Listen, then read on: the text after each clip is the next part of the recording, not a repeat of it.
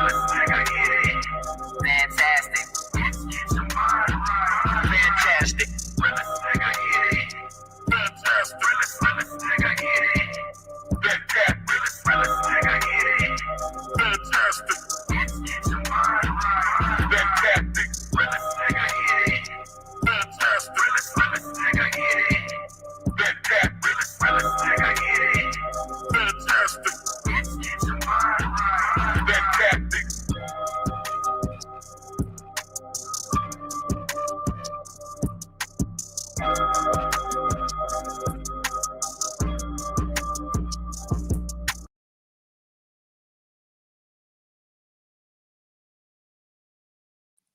Yo, what up? What up? What up?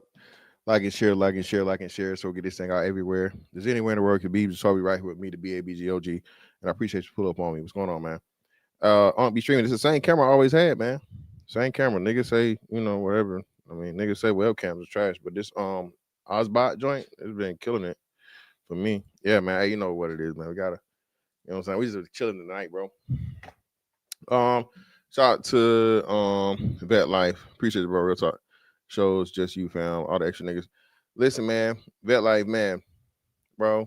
Again, dog. It's the way you want to do it, and the shit that's fucking. You know what I'm saying? The shit that's working.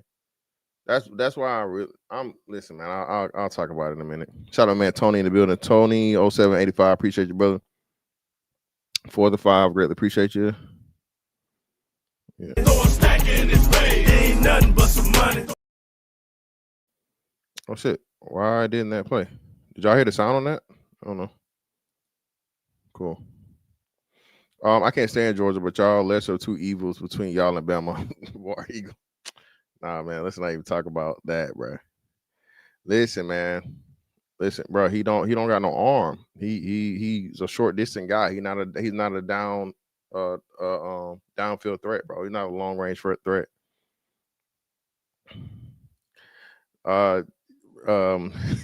Cree, I'm grown. Okay, I am putting my hood on in the house today. All right, for this show, it is what it is, man. Yeah, man. So Vet like, bro, I feel you, man, but the panel shit is what's popping right now. I mean, and what's so crazy is we again, man. Telling y'all, bro, it's just crazy to see shit blow up. That you know what I'm saying, but hey, it is what it is.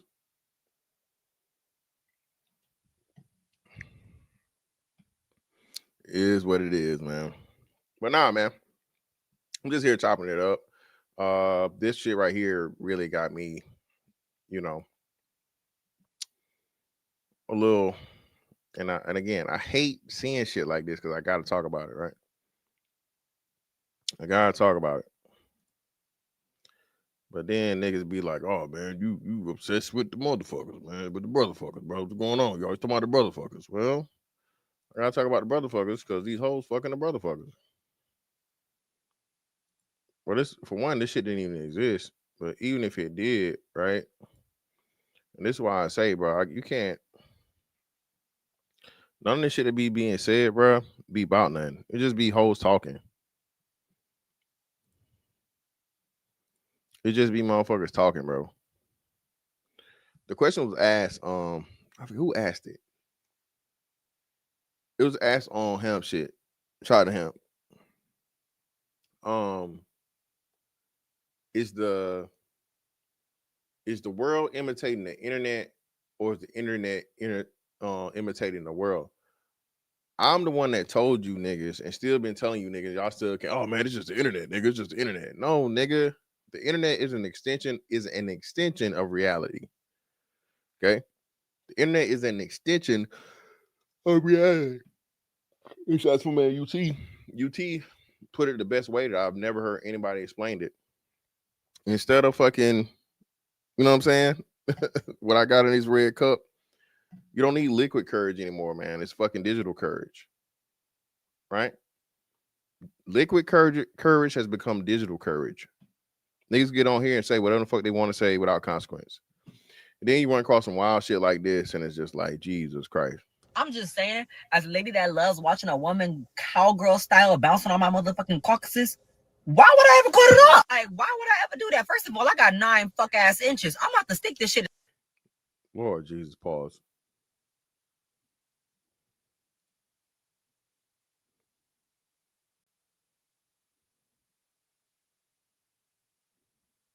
Your relationship with your children. Oh my God. And something for one. 2, you ain't never just seen a bitch cowgirl style riding it from the back and you just be like, God damn. You ain't put your little thumb in the booty too, or like, you know what I mean? Like, get the fuck. Like, no shade. I know that I'm a trainee and everything, but I got titties at the top and dick at the bottom. When I'm in the bed, I become a nigga. I do no bullshit. Strokes get longer, voice get deeper. Close your eyes. I'm gonna show you how I sound. Yeah, baby, you like that shit? Want me to keep going deeper? Yeah. You gonna take that dick for daddy?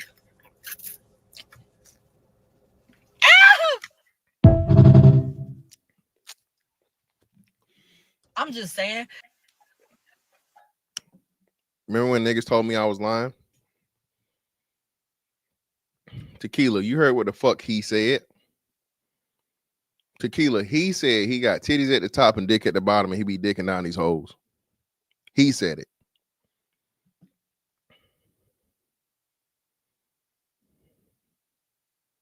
A whole chewed out here.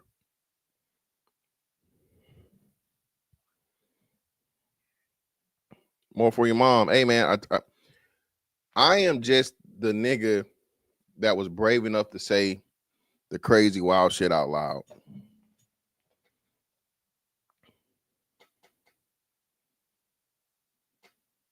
I was just one of the first niggas to show his face. One of the first niggas to, you know what I'm saying? Whoa, what you mean? Whoa, brother. What you mean? A lot of what males? Most males aren't like this. What? I'm confused, brother. You got me confused. Tequila. Indeed. Appreciate you, brother. You know what, man. You know what. We know what's gonna happen. Tequila. Women have become the sexual deviants that they claim men are. All this liberation shit, all this feminism shit, all this I can do everything a man can do shit. Hoes out here trying to fuck like niggas.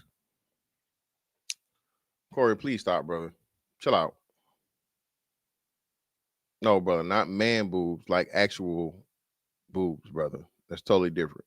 We ain't talking about fat niggas. We talking about niggas that want to become women. Chill out.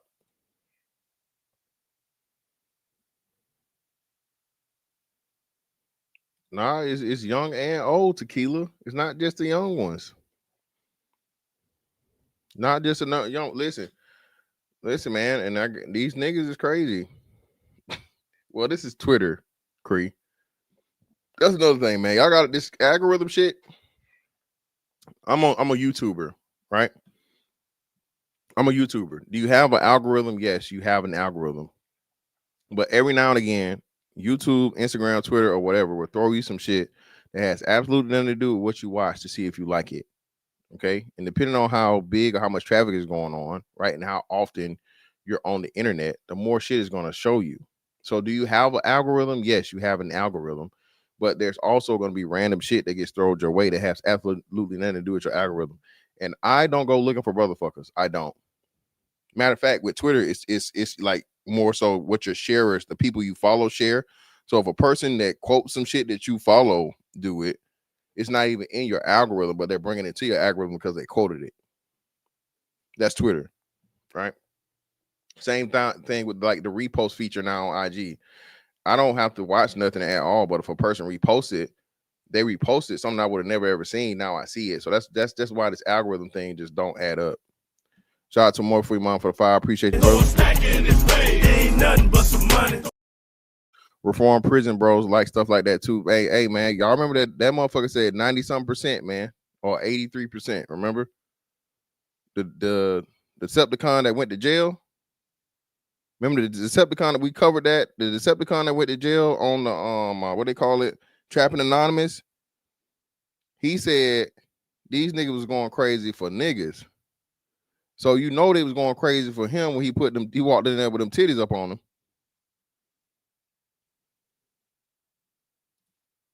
Just saying. Shout out to my man CBZ C3. Appreciate your brother for the 5. Ain't nothing but some money. This world of weirdos we live in, I see why God tried to destroy the earth at one point. This is Sodom and Gomorrah package. Bro, this is Sodom and Gomorrah times 1,000, bro. But again, if you understand prophecy, it's prophecy. Tequila, that's you. Hey, you can't really speak for your girlfriend for real. Your homegirl. You and your homegirl, you can say what your homegirl wouldn't do until your homegirl ain't around you. The next thing you know, she's swallowing up or the motherfucking just saying. Nah, Creed, Facebook just as bad. Don't tell that lie. Facebook just as bad.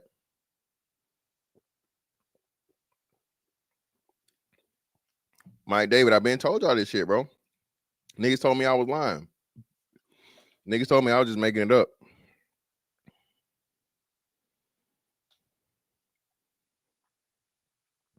If they'll have sex with a man that likes men exclusively, what makes you think they don't want to have sex with a man that's trying to be a woman that likes men and women?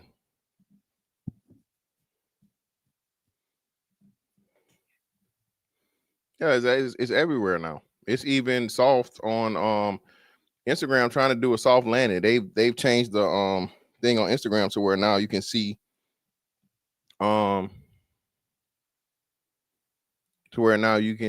more, more skin. We'll just say that.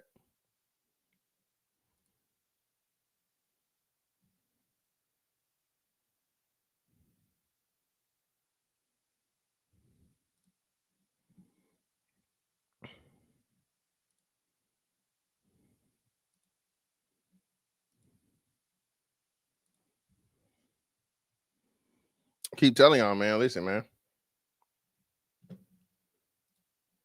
The women are the freaks they claim the men to be. It's real shit.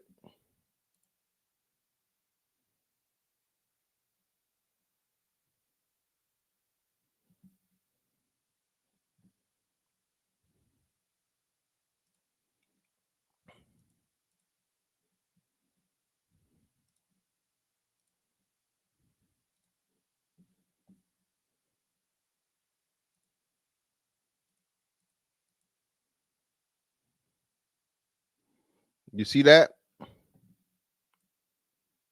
And most importantly, Cree, you see this? Cree, I need Cree. Where is this from, Cree?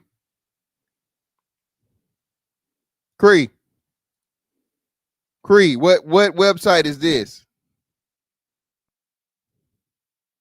Talking about some safe Facebook safe. Everybody keep talking about this Diddy doc, man. What the fuck is going on? What happened? Listen, bro. I'm done with the Diddy shit, man. I told you I never really want to get into the Diddy shit because of, for one, we weren't really surprised. Oh, definitely. X is just whatever, bro.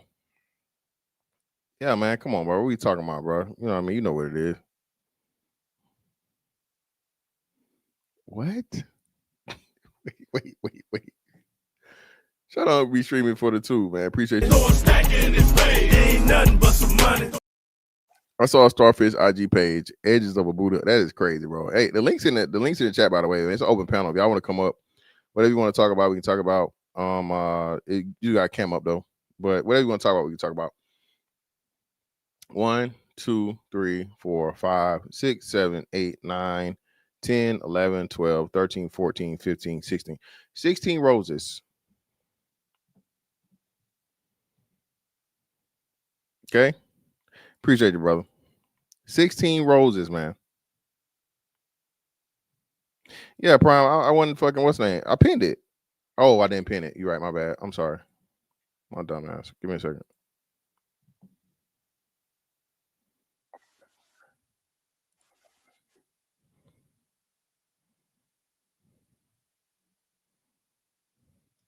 I did it before the show. I didn't pin it. My bad. Hold on.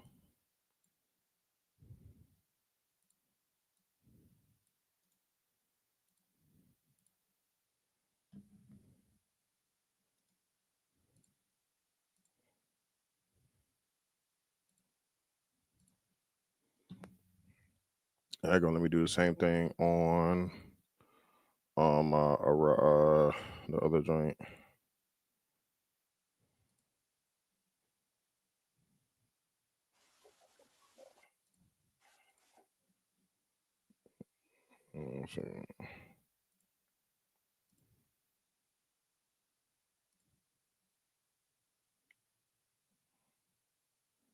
No, it's pinned on that one. I didn't pin it on the main one. It's what the fuck, bro? Yo, what up, bro? What's good, baby boy? Shit, what's going on? Ain't that? Hey, I got an echo somewhere. You don't get that echo? You got something playing in the background. What's going on, bro? Oh, yeah, I can't play no music. No, it's not. Well, no, you know that'll demonetize the stream, but I can't hear no music. It's just whatever you got playing, But what's going on, bro? I was trying to make sure my audio good. Yeah, it's decent. What's up? I can't even make a challenge to Willie motherfucking Beeman. Who the fuck is Willie Beeman?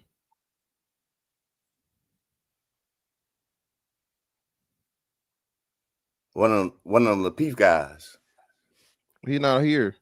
Now I was calling him out. I thought you open. Yeah, bro. He got this. Not his channel. My place is not fucking the basis of calling niggas out. What are we talking about? Well, I wait for him to come up here. Huh?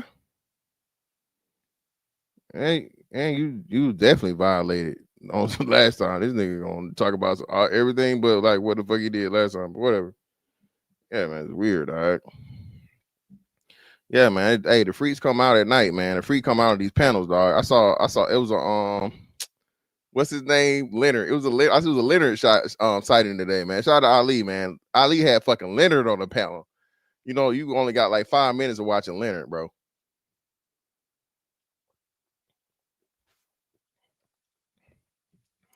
Now you back.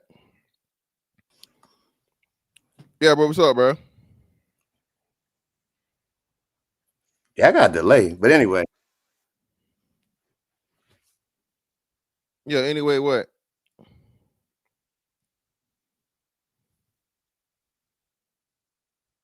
Yeah, you got a major delay, or you off. I don't know. How about come back in? How about come back in, bro? Because you definitely wasn't.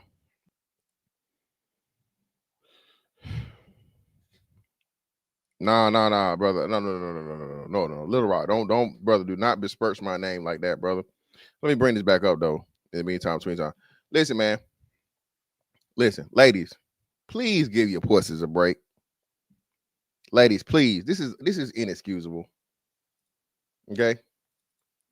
The vagina and the clitoris is not meant to experience 8,000 joules. Okay.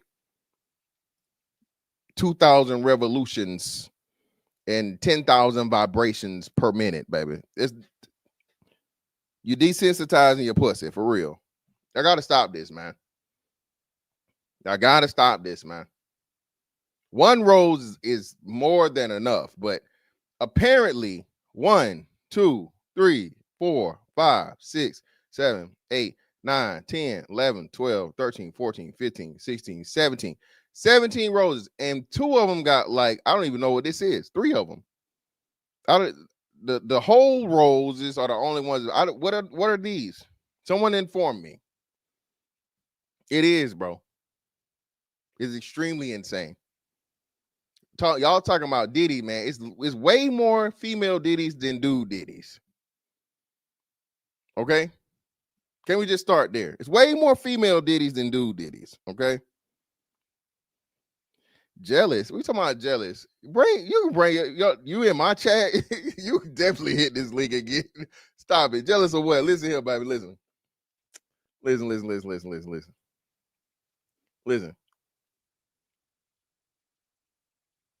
Okay.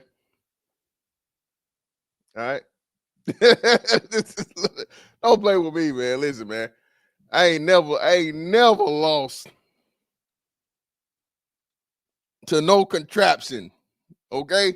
In any way, shape, form, or fashion. All right. I am Mr. All right, for y'all that may be new here, I am Mr. Not just Mr. Fantastic. I am Mr. Don't let every man hit the bottom of your vagina, the root of your vagina. But they don't know about the bottom. They don't know about the bottom. Yeah, that Mr. Gets to the bottom of that pussy. Don't play with me. Do not play with me, baby. I am Mr. Gets to the bottom of that pussy. What are we talking about? Well, she's overly sexed out. She's overly freaky. A woman having several vibrators, okay, classifies her as a sex addict. You know how y'all like to claim niggas are sex addicts for watching porn one time. Okay?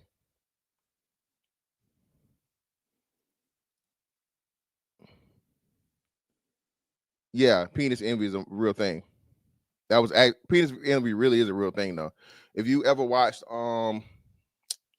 what is it? The Something of Self, Edward Bernays gives a lesson on penis envy and how it was used to help spark propaganda and advertising in America. One of the biggest advertisement campaigns started off with, well, the success of advertising started out with penis envy with cigarettes and women.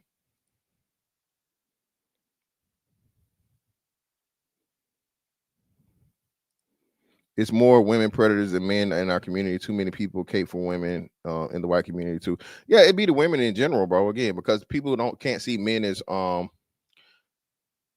tequila.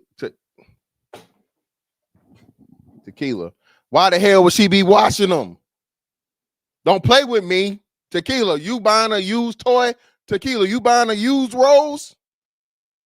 I hope y'all better not be out here buying secondhand roses. Nasty. Y'all wilding.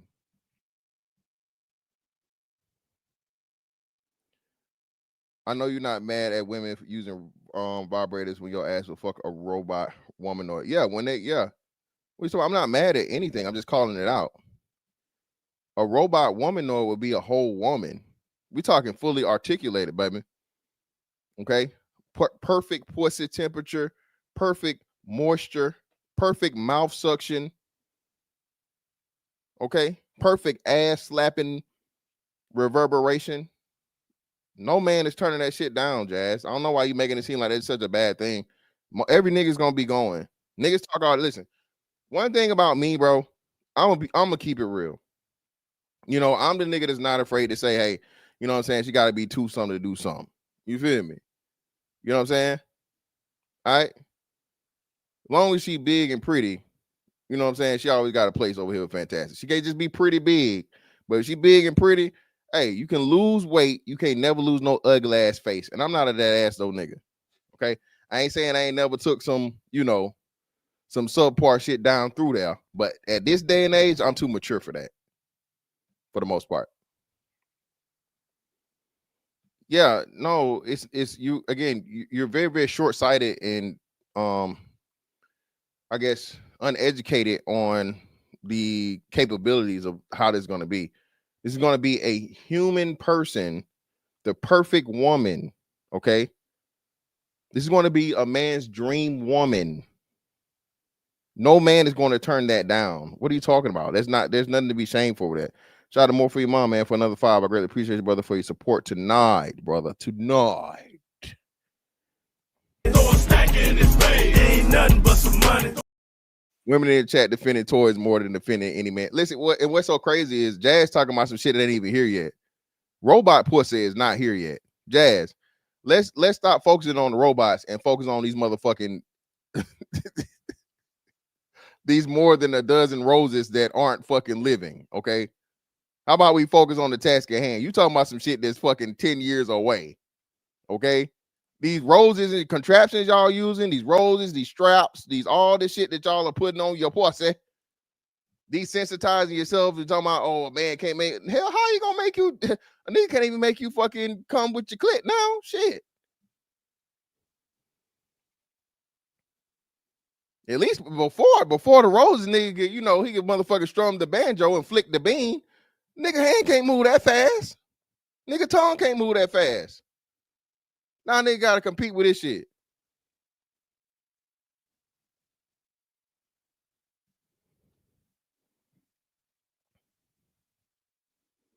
More for your mom, they can't, bro. Again, it's a sensation. So listen, this shit, sex especially is like a high. One of the biggest dopamine and I always get dopamine and is it not epinephrine?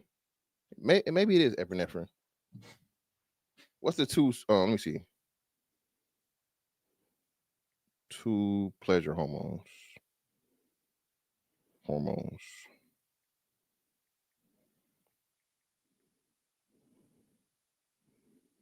Dopamine and serotonin. My bad.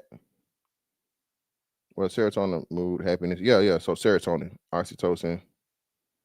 Also oxytocin. There we go. So dopamine and oxytocin, bro.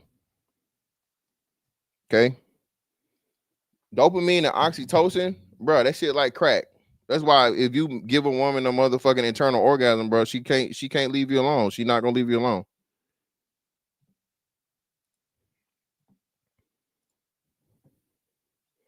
Clitoral stimulation and internal stimulation are two totally different ballparks, bro. Well, yeah, I appreciate you. That's one of them. Dopamine was first though. Dopamine and oxytocin, both of them. Sub-Saharan Africans LARP as Egyptians to whoa, what the fuck? Brother, what are we doing? Shout out to R Payne. This Mr. Payne. Shout out to R Payne, man. Shout out OG. I greatly appreciate you, brother. Again, people, the panel's open, man. If y'all want to hit it, you want to ain't nothing but some money. Nothing like a lovely robotic woman, perfect burr and sandwich afterwards. Yeah, listen, man. This motherfucker, listen, man. A robot ain't gonna give you ain't never give you no lip, except when she using them lips. Okay. She gonna fix you a meal. She gonna clean the house. She gonna fold the clothes. She gonna do the taxes. The bitch gonna be a genius. She gonna be a fucking genius. It's a living computer.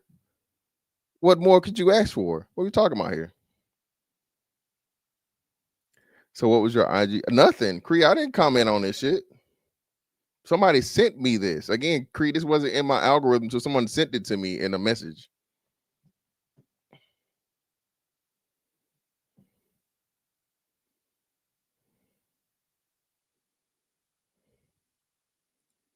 So you gotta be prepared for this puss out here. Hold on. Yeah.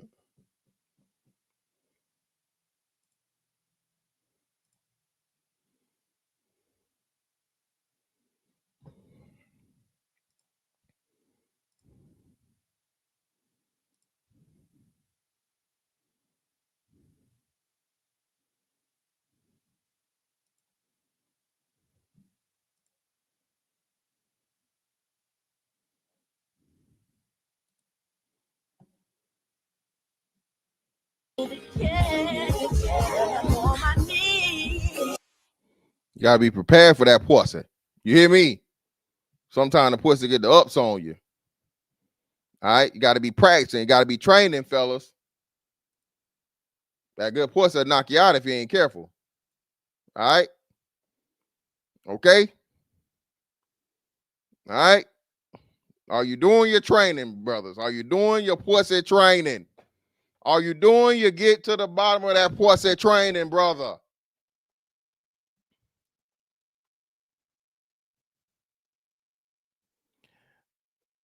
Jazz, it's crazy how you can't just be direct, baby. Listen, one thing you know, I don't fit any of those things. You know what I'm saying? And I can't feel shame, baby. I'm living my life. I'm enjoying life, right? But just be direct. Don't be passive aggressive. Say what you're gonna say and let it be what it's gonna be.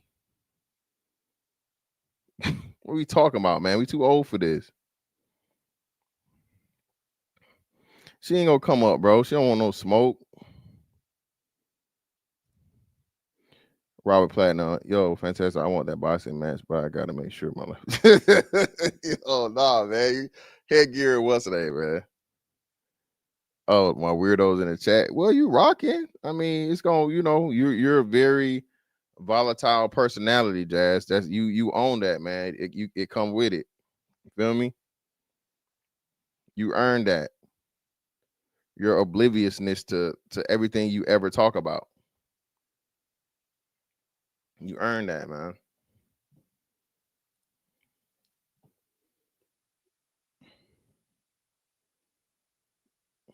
I can't even. I want to show this, but I don't know if I can. I should be able to. Well, I ain't gonna show that shit. Oh my God. A McLaren.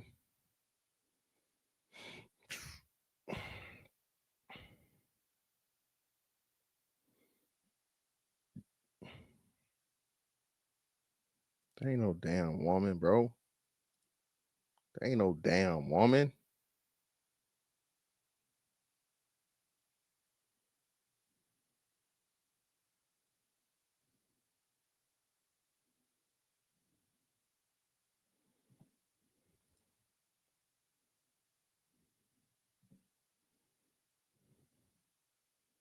Oh shit, this nigga died.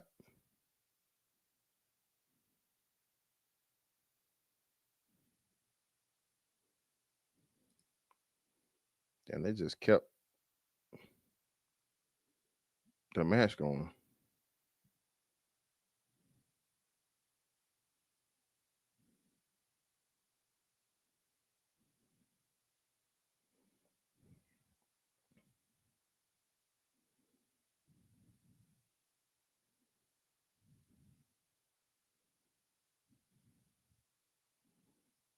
They should have built. I don't see him.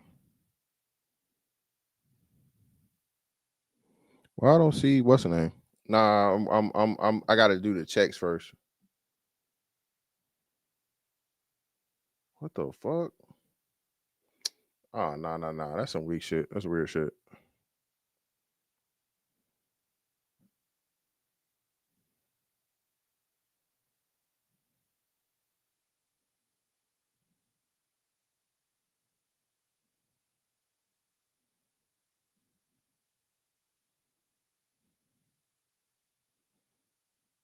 Come on, bro. What is this new? Is it really a new thing? Are we really acting like this is not a thing, bro? Are we really acting like we don't know what this is by now? Okay. Listen, man, I'm gonna go ahead and give up one of my upcoming, a part of my routine in the my little comedy shit I'm gonna start doing next year, right? So it's only like 3 things that the Asian woman can do, like in America as an immigrant, as a fresh immigrant, right?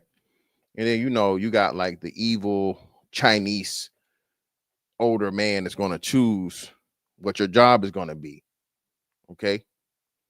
So, you get over here and you get off the plane or you get off the boat, you get off whatever, and people pay money or whatever for you to get here.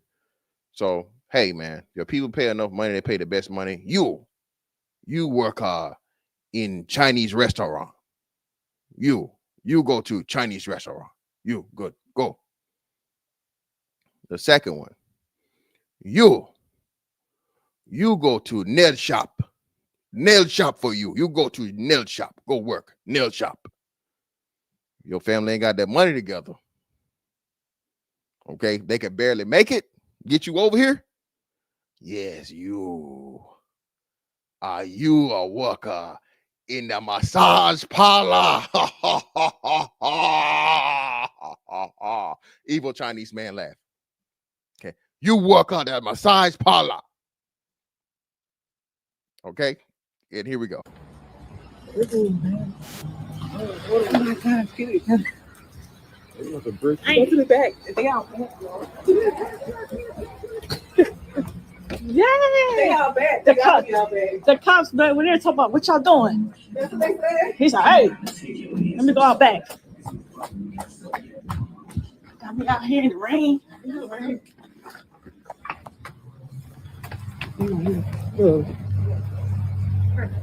Ooh, got his dick out. Ooh. Oh, buddy trying to run out the back. The customers. Oh, yo, come on, man. Stall him out, Debo. Not the customers running out the back. Got a hard meat and everything. Well, hold on, it's Twitter, man. I don't know where we go. See, I gotta. That's enough. I don't. Oh God, it's Twitter, bro. I can't play it no further. She said hard meat and whatever, bro. And I don't know what the rest of this thing gonna be, man. They literally everybody running out the back. Oh, girl, naked. Yo, real shit. Oh, I'm glad I stopped it, man. I'm glad I stopped it. Bro, it's a naked Chinese massage lady running out the bike. Okay. No English. Listen, man. I told y'all remember Chin. Y'all remember, put a one in the chat if y'all remember the Chin story. Put a one in the chat if y'all remember the Chin story. One for yes, two for no. Chin had two stories. I had two major Chin stories.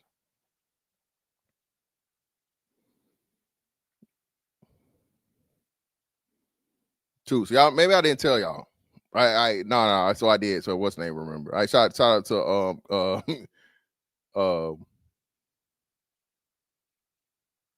gamers. Dreads. Shout out to Dreads. Dreads remember. I bet life remember. Okay. So which one did I tell y'all though? The Too Deep story. The Too Deep. I think I told y'all the Too Deep, but I didn't tell y'all the other one. So Chin was this Chinese dude. He was a Chinese guy that joined the Navy.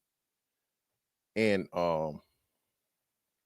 Chin joined the Navy, and Chin, you know, he was a mech. So that's an AD, an aircraft mechanic, right? Worked on the engines and shit. Chin bought properties. So Chin came over here, worked for the Navy, whatever. Bought properties, and Chin was like a landlord. So Chin would play and act like he didn't know what you were saying. What do you mean? No. What and you know, motherfuckers start catching up like, hey, Chin, don't come with that motherfucker, no speaker English shit. Okay.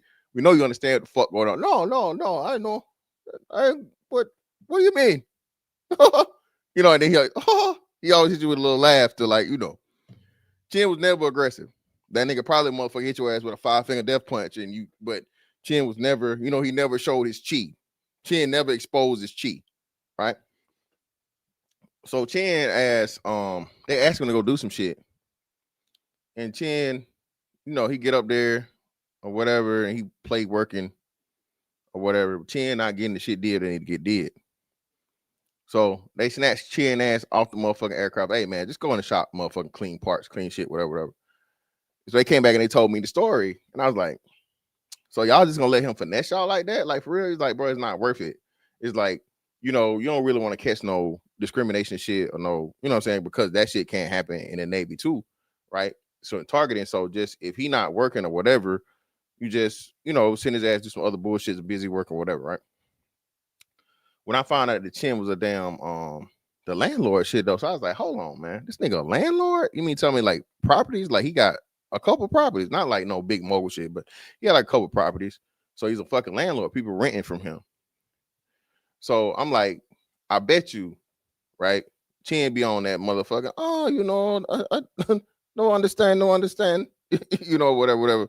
You call Chin ass motherfucker 2, 3 in the morning. The fuck you want? Hell going on? Block the number, call Chin ass at 2 a.m. and see if he really speaking the English. Who the fuck on my phone? The fuck you want, man? The hell going on right here? You know, he got to have a phone on because the motherfucking being in the Navy, duty and shit. And, you know, he a landlord. So I said, hey, man, listen, it's quick, easy way to fucking figure this shit out. Easy. You know what I'm saying? Call motherfucking Chin ass or block number. And if Chin motherfucker, hit you with the Chinese shit as soon as you pick the phone up, hey, man, hey, he legit. But if Chin hit you with sound like motherfucking Bernie Mac, hey, man, Cut that shit right the fuck on out. Okay. Quit it, Chin. I know you. We know your playbook, brother.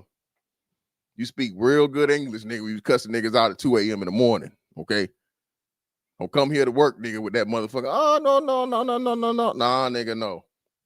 Okay. Now, for the two people that remember, all right, Dreads and Vet Life, the other story with Chin was we was on the boat.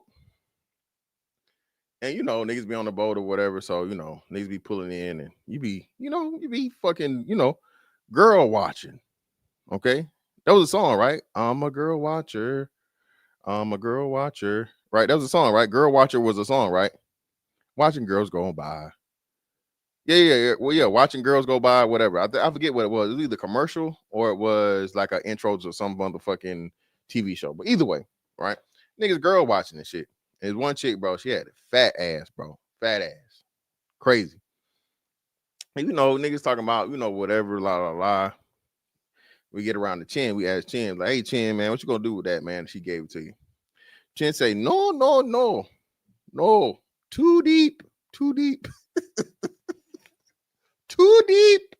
Chin say he didn't have the proper equipment, man. Chin say he didn't have the proper package, okay, to reach the goal. All right, too deep. That's the funniest shit I ever heard in my life. But it said, that's beyond his meat limits, okay. Chin say, hey, she got too much ass for him, brother. Say, hey, no, I'm not gonna be able to do that one, brother. But listen, man, again, the Asian women, Asian women, shout out to the good rice niggas. Shout out to all you niggas that love the good rice, that fuck with the Asian women, bro. I just personally can't do it because all of them built like boxes and they got that motherfucking flat ass face. They got that pie face. So for me, yeah, Candid, definitely ill-equipped. Brother said, hey, respect to him, though, because he knew his limits. Okay, Chin said he wasn't finna, all right? Okay. Shout out to Morphy Mom for another 5. I appreciate you, brother. Ain't nothing but some money. NYC, some of them are making house calls too. Jamaican and Puerto Rican women put in more work with them head massages. Oh shit, brother, don't tell on yourself. But nah, man, listen, I wouldn't doubt it. That's the main thing with the what's the name shit. Yeah, Royce, again, man, it's just not for me, man. I'm not saying there's not some beautiful Asian women out here. It is, but I need a little bit more, something I can hold on to and grip on and shit. Oh, my bad. No, I didn't. I'm sorry. I did not ignore it. Let me see it. Where you at?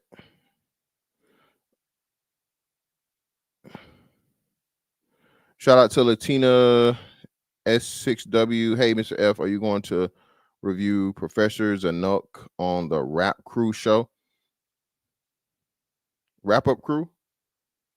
We talking about the same Zanuck? Because I looked up the person you was talking about and he definitely dead. But I can look into it. Did they have a recent interview with him? Appreciate you, Latina, for the 5. Ain't nothing but some money. Yeah, was he on there recently?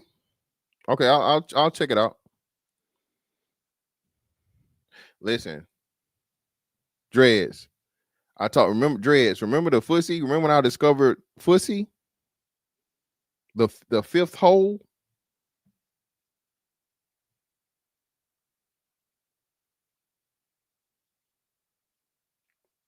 I was, it was like a car wreck. Like it was like, but I couldn't look away.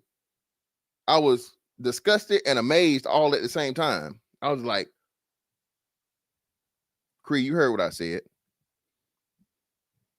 Cree, you heard me. I was just as shocked. Yeah, feet niggas. Feet niggas are the most diabolical niggas on the planet. We got to talk about this, okay? Feet niggas are the worst. Okay, baby, I don't want no toe jam on my shit, baby. Put them lips on me, top and bottom. You hear me? You can keep them feets. I don't want your feet, baby. But it did look quite, listen.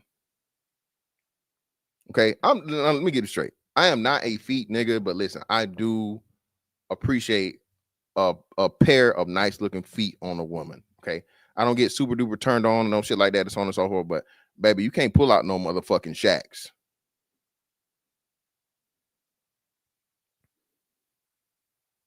Listen, I'm not no foot fetish nigga, but hey, you can't pull up some shit that look worse than mine. You better keep them socks on. All right, knuckled up and buckled up.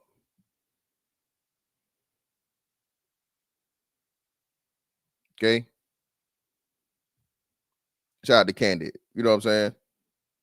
Yeah, no corns, no bunions. Like, no, baby, we gotta keep them, keep your shoes on. I understand. If you don't take them socks off, I only ask no questions. I know what it is. I appreciate you, baby. I appreciate you for not messing up for both of us. Yeah, we ain't dealing with no Thor feet.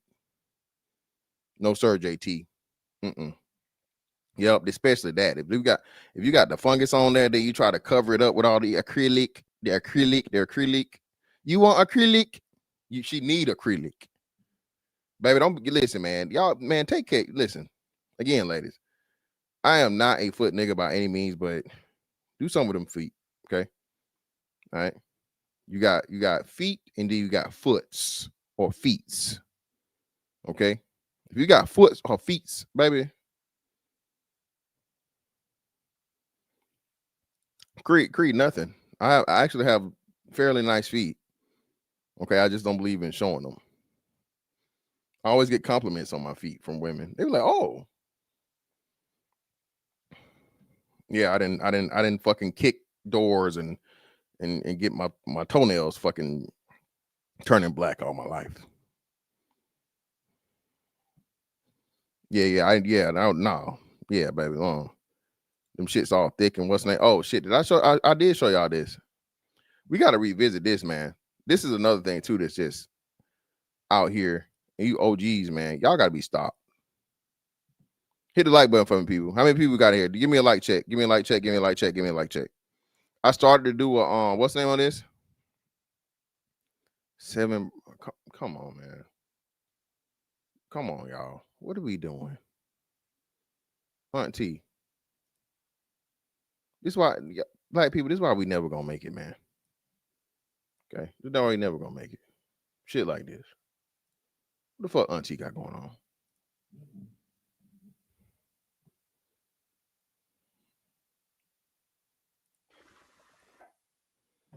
What the fuck Auntie out here doing, man?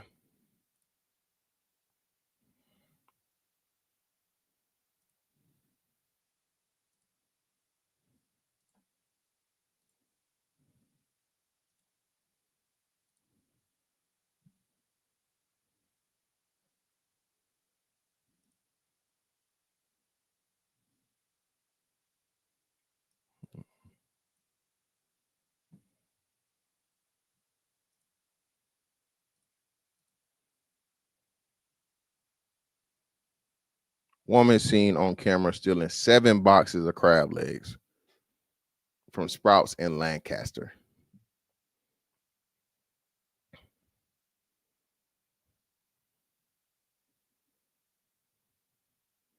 Imagine having to post a motherfucking $5,000 bond for like what, $300 worth of crab legs. Hey, Creed, you know what's crazy? I don't think a lot of people know about Sprouts. Sprouts is like even a fancier fucking Whole Foods.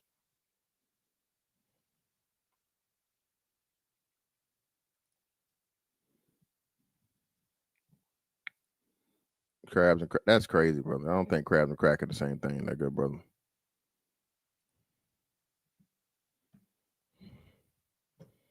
Y'all embarrassing us, man.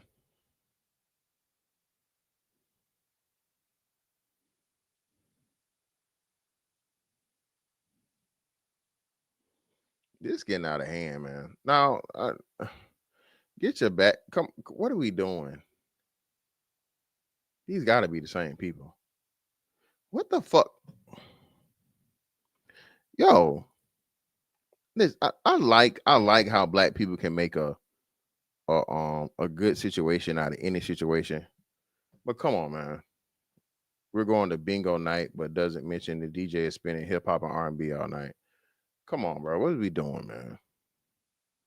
You niggas doing everything to motherfucking mix the club up with shit. Club bingo? How the fuck you gonna keep up with the numbers and shit? What are we doing, man? And then motherfuckers charge you like $30 for the damn tickets. Yeah, y'all just saw that the buddy that played the thing. You know the movie everybody forget he was in. It's a movie that don't get talked about a lot. I remember it was Red Sun or something with Wesley Snipes and what's the old man name? Sean Connery. Remember he was in that movie too? That was a solid movie for its time.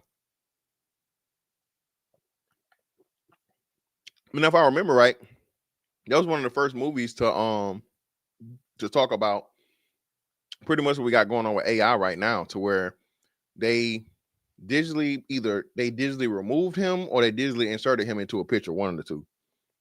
They manipulated the camera footage. Mr. Williams, you gotta, there you go. Yeah, you gotta connect your stuff. Still not, you're there we go. Yo, what up?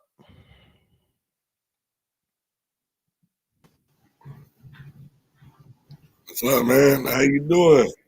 Hey, I can't complain. What's up with you? Hey, I see you got on the Georgia. You know, I got to represent. Look, I got so many colors because Georgia, Alabama, Louisville, fucking Kentucky. Yeah.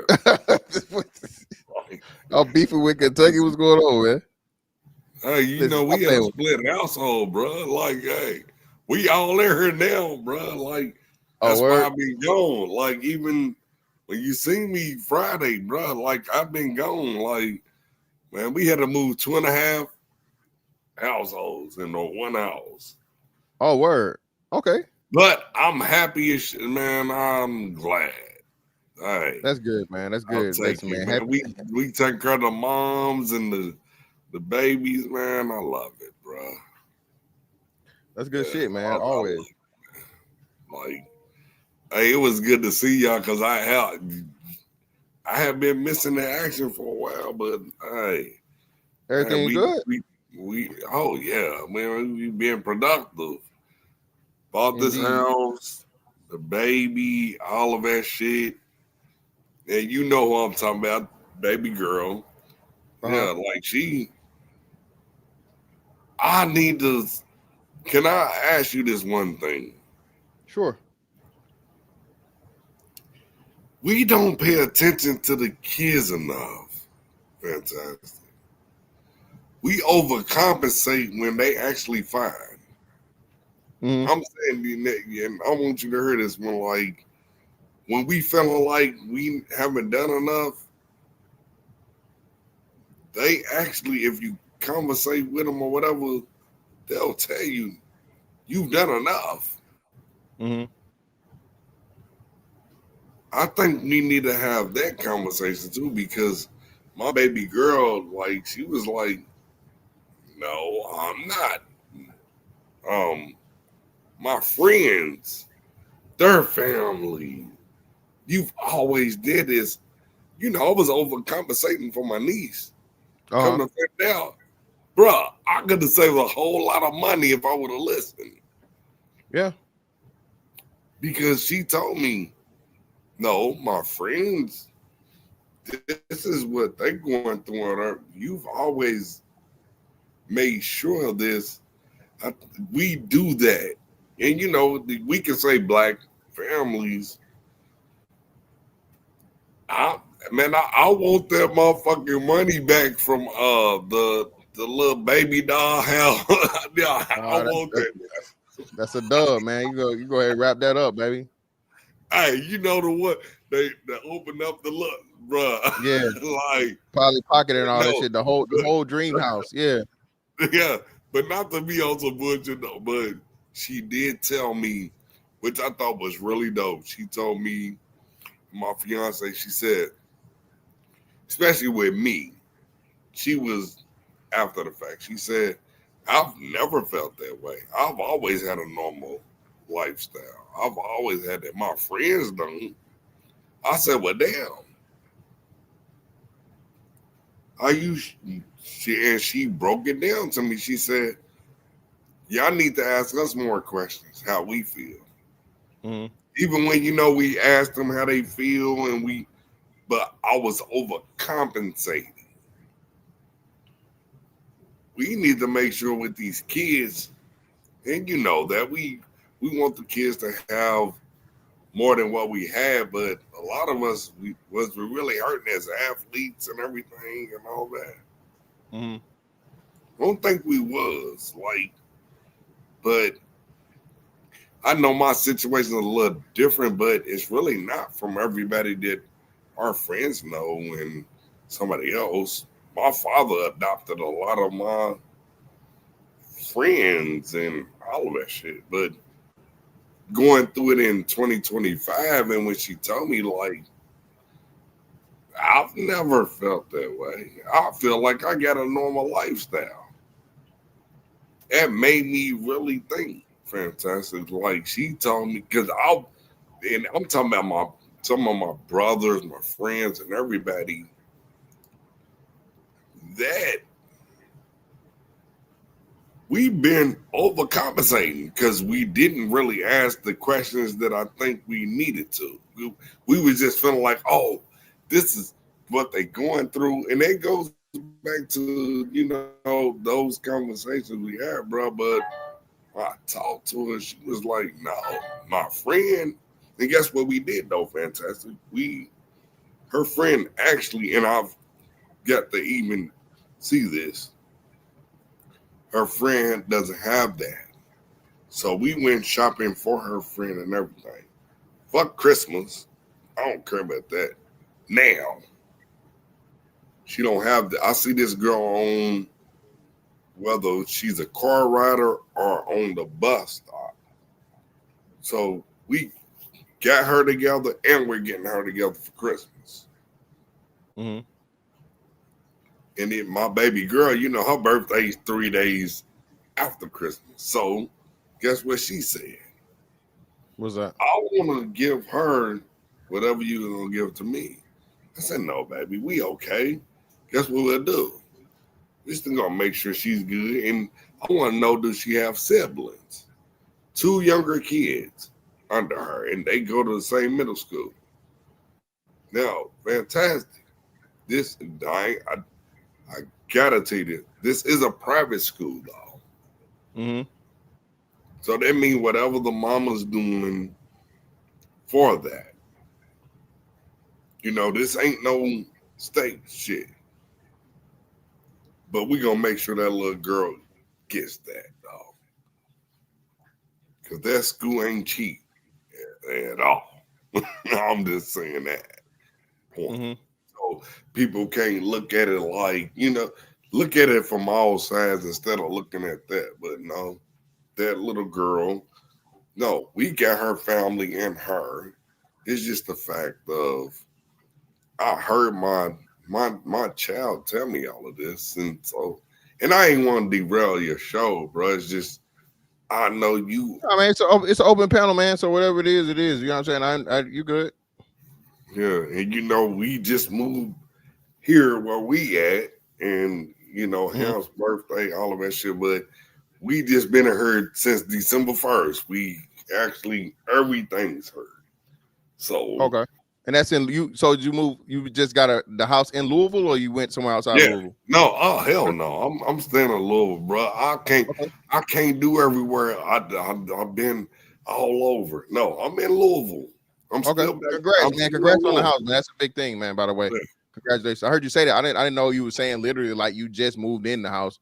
But congrats. December 1st, like Monday. Like, yeah we moved in bro, December fucking Monday. And we got moms and all of that shit. Because, both our moms have cancer and shit as well. So, oh, shit. I'm sorry about that, bro. So, my mom So hers, we have her mom, her, and this all. See, I want to show you how big this fucking basement is. Fantastic, but it's not all the way together. So I want to be. I got you, man. You give us a walkthrough once you get everything how you want it, bro. Backyard, my backyard, let's put it like this. My backyard is like the 50-yard line from a touchdown. But my fucking driveway is you can put 10 cars in that bitch. Damn. That's all I'm saying. So yeah. But I work my ass off for that. One thing you say, Fantastic, is with us as Black people, financial literacy. Yeah, for sure. I saved, in 11 years, I saved over $100,000. That's big, man. That's huge. Just budgeting. Yeah. I have a deposit. We're raising somebody's kids that I don't get child support. But you can still have fun. You can do everything, but that's why I did. So 11 years, over 100,000. Hey, that's self-discipline, bro. That's real shit, man. And you get to have fucking fun. Like, I love being so fantastic. I love being old. I do. Like they say I'm old, but shit, I'll be 50 in February. That's not really old, but shit, I've been having fun all my life. But even older now, man, I love him. Man, I love it. That's what they keep saying, man. I don't know why people act like getting old is a bad thing, man. Again, a lot of people don't make it. I don't want to live the way the fuck. If you ask me what the fuck they going through right now, and I'm good. No, fuck that. No, I will be my age, and I love it. Indeed. I love it. Sure, even you had to Mike Tyson punch out a motherfucker a couple of times for this nigga. I don't want that. Because it would be very bad. Come on now, no. Hell no. It was more respect. It was more, like Hemp did that show. It was really real because that's what it was, bro. And I gotta give you your props, bro, because I always told you, even now, man, I respect you so much, bro. And our debates and all of that shit, man, it is so dope.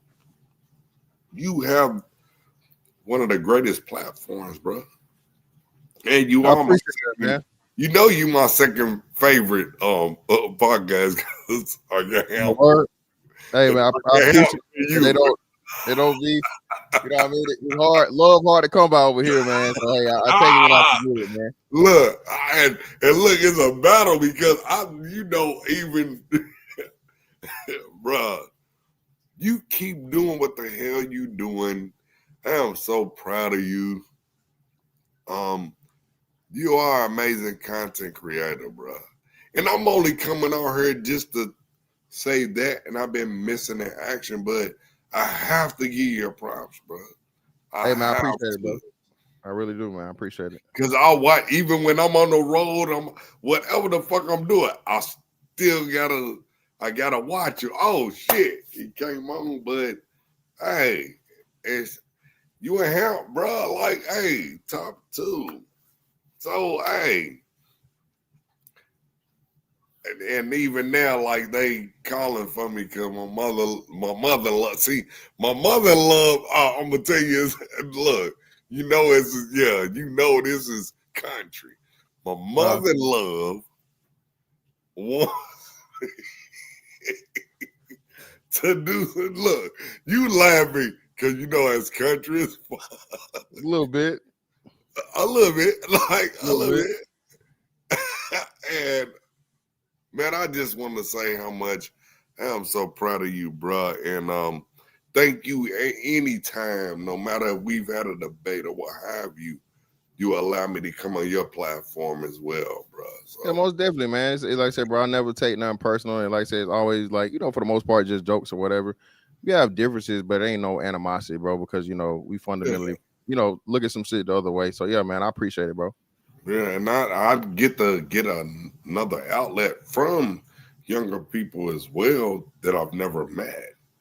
So, now they want me to put these goddamn dresses together, and I'm gonna do it, but I'm not going to church tomorrow. So guess what? What at church? Hey, you know what that mean? You know what it mean, bro. You know what it mean, bro. Hey man, one or the other, man. Why they at church?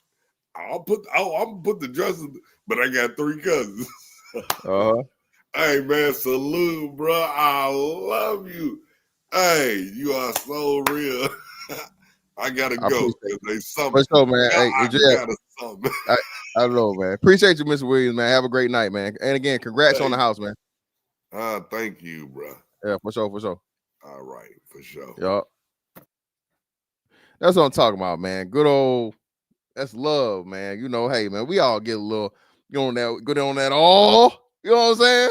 Hey, man, listen, man. Listen. This ain't no, hey, man, get on that all. You make you feel a little better. You feel me? What you talking about here, man? All right, wait, well, hold on, man. Everybody. If you home, of course, it's a little early. It's a Saturday, though.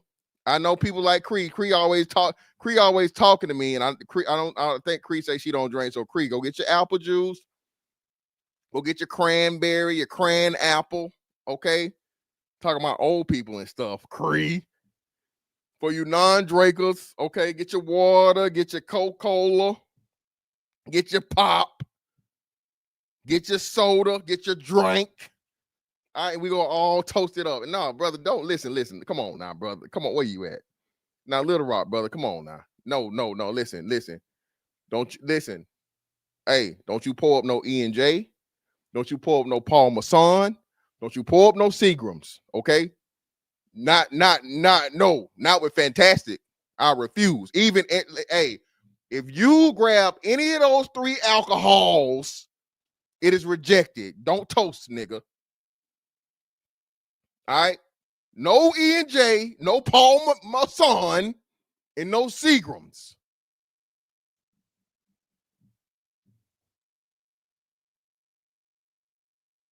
Hold on, I got it. Hold on.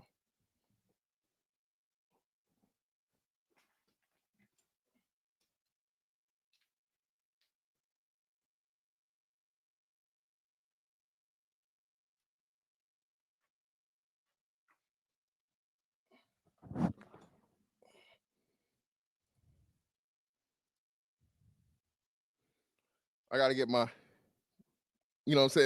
my souvenir shot glass from Rio. Even this ain't, though, this ain't really shot liquor. All right, this is some very, very nice. This is Año Reposado. This is Año, okay? Listen. And this is really good, by the way. I like El Mayor. All right? All right? We you know what I'm saying? All right? Extra Año. All right? Pour up your glass now. Pour it up. Okay? Put the one in the chat after you got your drink together. Anything but the... Okay? No, Rebecca J, no. What kind of gin? Rebecca J, baby, you on another level. Gin drinkers is real drunks, okay? But if it's Seagrams, I guess I can let it. If it's not Seagrams, some good old Tanqueray or Beef Eater, Rebecca, we gonna let it slide. But if you got that Seagrams, no ma'am. Oh man, Marcellus in the building. Shout out to Marcellus, brother. Appreciate you. Hey man, everybody put one in the chat once you got your granks together now. Once you got your granks. Crown. Okay, we got some good old Crown. Black Label. Okay, fancy, expensive. Shadow Dragon. All right, brother. Okay, he's shitting on all of us. Mr. I Got Money with the black label. Okay, brother. Ginger ale. All right, listen, you can never go wrong with that ginger ale. See, this brother right here trying to get some healing. You know, that ginger ale, you know, niggas will lie to you and tell you, drink some ginger ale and lay down. 1738. Hey, have you ever tried Tercet? 1738 is cool, bro, but Tercet, bro, fucking Remy Martin. I don't even like brown liquor for real, but Remy Martin really is the, I don't know how niggas love Hennessy so much, but Remy Martin is the fucking king of cognac by far. It's not even close. Remy Martin is the king of cognac. That's why they make fucking Louis the 14th or whatever the fuck it is. They still make that. They still make Remy Clear, brother. I remember that shit. That was a little rough. Some Ciroc, okay. Oh man, JT in the building. What's up, JT? What up, though? What up, though? What? Hey, shit. My man Williams left.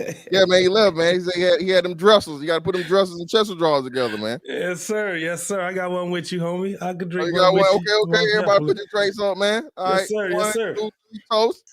Yes, sir. Light. I'm drinking whiskey right now, so yeah. Okay, for sure. Can't go wrong with that. Most definitely. Hey, man, what you talk about? You just shoot the shit man. on Freestyle, bro. Yeah, it's whatever, man. Most definitely. You seen that doc get on Diddy? I haven't. I'm gonna have to watch it. Everybody keep talking about it, so I guess I'm gonna have to watch it. Yeah, it's not what a lot of people thought it was gonna be.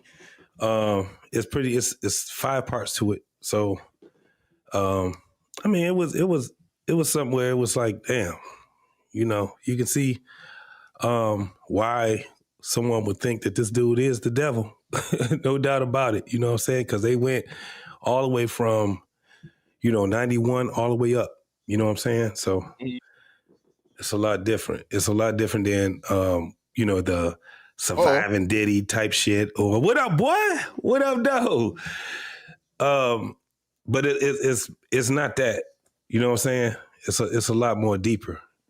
Oh, okay. So, yeah, it's a lot more deeper than that, man. Because you ain't even gonna be thinking about what's happening right now. You're gonna be talking about the Pac and Biggie shit. I heard it said about Pac and Big and Shine, right? Yeah, they covered that too. And Shine. Yeah, man. That shit that's where we, the brother's gonna be like, damn, dog, you was on some bullshit for real. But yeah, man.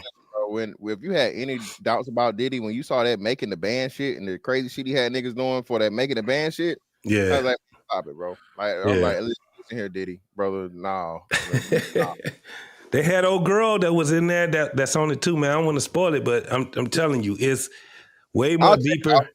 It's way more deeper than what people think. I guess as a content creator, I gotta look at it to see what the fuck going on. And then I guess 50 is because 50 and him got the beef or whatever. Yeah, but hey, fantastic. I'm gonna tell you too. JT, what's up, bro? What up, boy? What up, my dude? What's happening with you, bro? What's happening? Now I'm gonna tell you this though, fantastic. When it comes to this entertainment shit, I have been around all of the motherfuckers all my life, and you knew when to move and when to stay away. Like even now, my family has always been in the entertainment business, bro. Some shit you dead. Even now, like even one of the biggest groups right now on tour, I have family members in that. The Asley brothers, all of that shit. I grew up, with Alabama, just like you in Georgia. My father's side is in Georgia. My mama's side is in Alabama, bro. Like, it goes that ain't nothing to play with.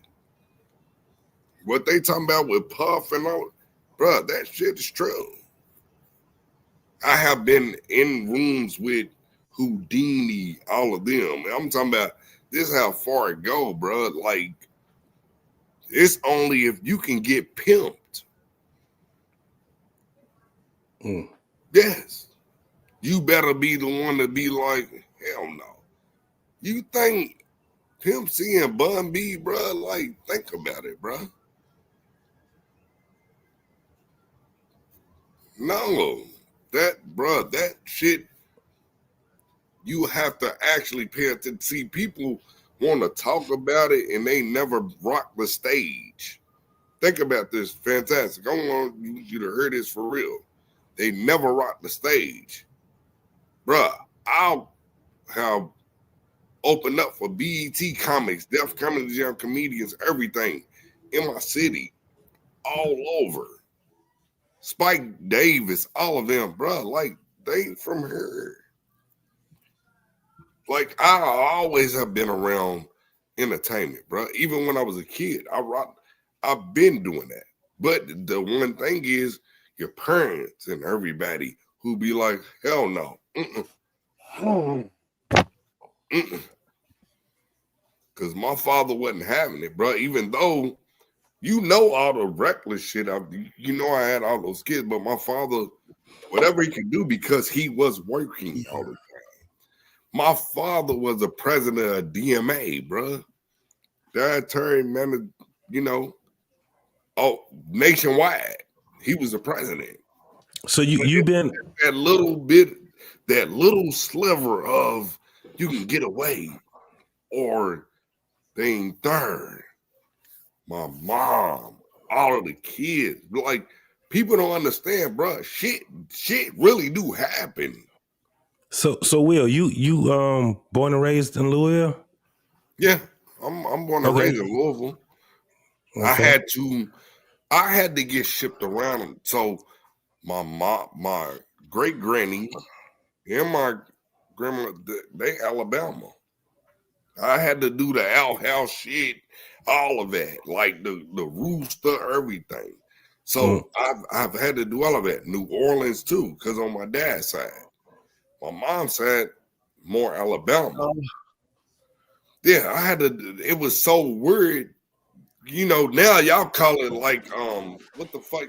I ain't know this shit until I started doing YouTube. It was you're outlier and you're all no, nigga, it was just normal life for me. I might have got shipped her. I might have got shipped to this state. All of that shit, but it was all blood. It was all family. I actually had to do outhouses. Most motherfuckers don't know that shit unless you from the country. Now, Fantastic might know about that, or he's a little younger. But I know you do, JT. I used to go to Memphis all the time, man. My family is rooted in Memphis and you had to have the fucking lanterns. You had to do all of that goofy shit. Hey, that's what we had to do. 76, where you was in the South. Yeah, 76, 77. I was in the South, and I had to, my father used to always take me there and shit. All the way. My daddy said, guess what it is? It's going to sound weird to y'all. Was white. It was French and all of that shit. Sapase, all that bullshit. Yes, I learned all the bullshit cuss words from my family from New Orleans. It sounds weird because my mom's side is and my dad's side. My black, white, all that shit. So, because even him, like it fucked him up when I told him what my bloodline was. Because I'm a mutt. That's what I am. Because my family's bloodline, my fucking grandfather, I'm William Williams III. William Williams Sr. was actually a white man. Okay. So, no, he was mixed. My great-grandfather was a white man. But my grandfather, which is the senior, my dad's junior, I'm the third. If y'all go on my social media, y'all see it. I'm the third. That's how weird this shit is. So y'all was mind fucking. Y'all was mind fucking people. Your father is your father is what you nigga. My bloodline so screwed the fuck up, and it didn't even take me to do ancestry. So Will, they was mind fucking people by naming y'all Williams. Look, I'm gonna tell you what made you me the third. You the third William Williams. I'm the third, but guess what made me feel comfortable as I was coming up? When I found out Billy D. Williams, his name is William Williams. Yeah, he's William D. Simple Williams. So hey, y'all don't know how that made me. And then when I turned 12 and my voice got heavy, I was like, "Ooh, who love you, baby?" I feel what you you're know saying. what I mean? But that's how life be. Like shit. I had homeboys like that. That was William Williams, and I had Robert Roberts.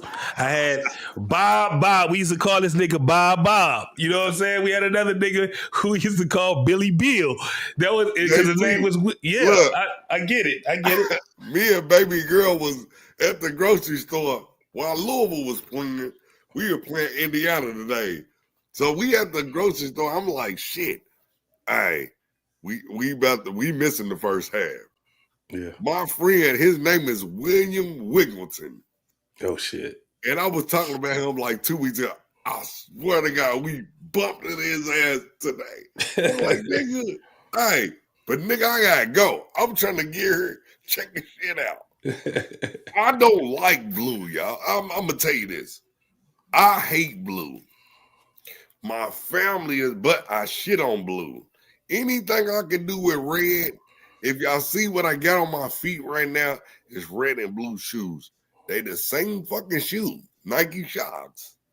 I hate fucking blue. My baby. And now, fantastic, guess what I'm going to do? I'm going to leak this shit to you. Now, me and him already talked about this shit weeks ago. We're going to get married before this September in 2020. Oh shit! She want me to make her honest woman faster than that, bro. And we got this motherfucking house. Hey, moms and the baby girl and everything. So I'm blasting on your shit, fans.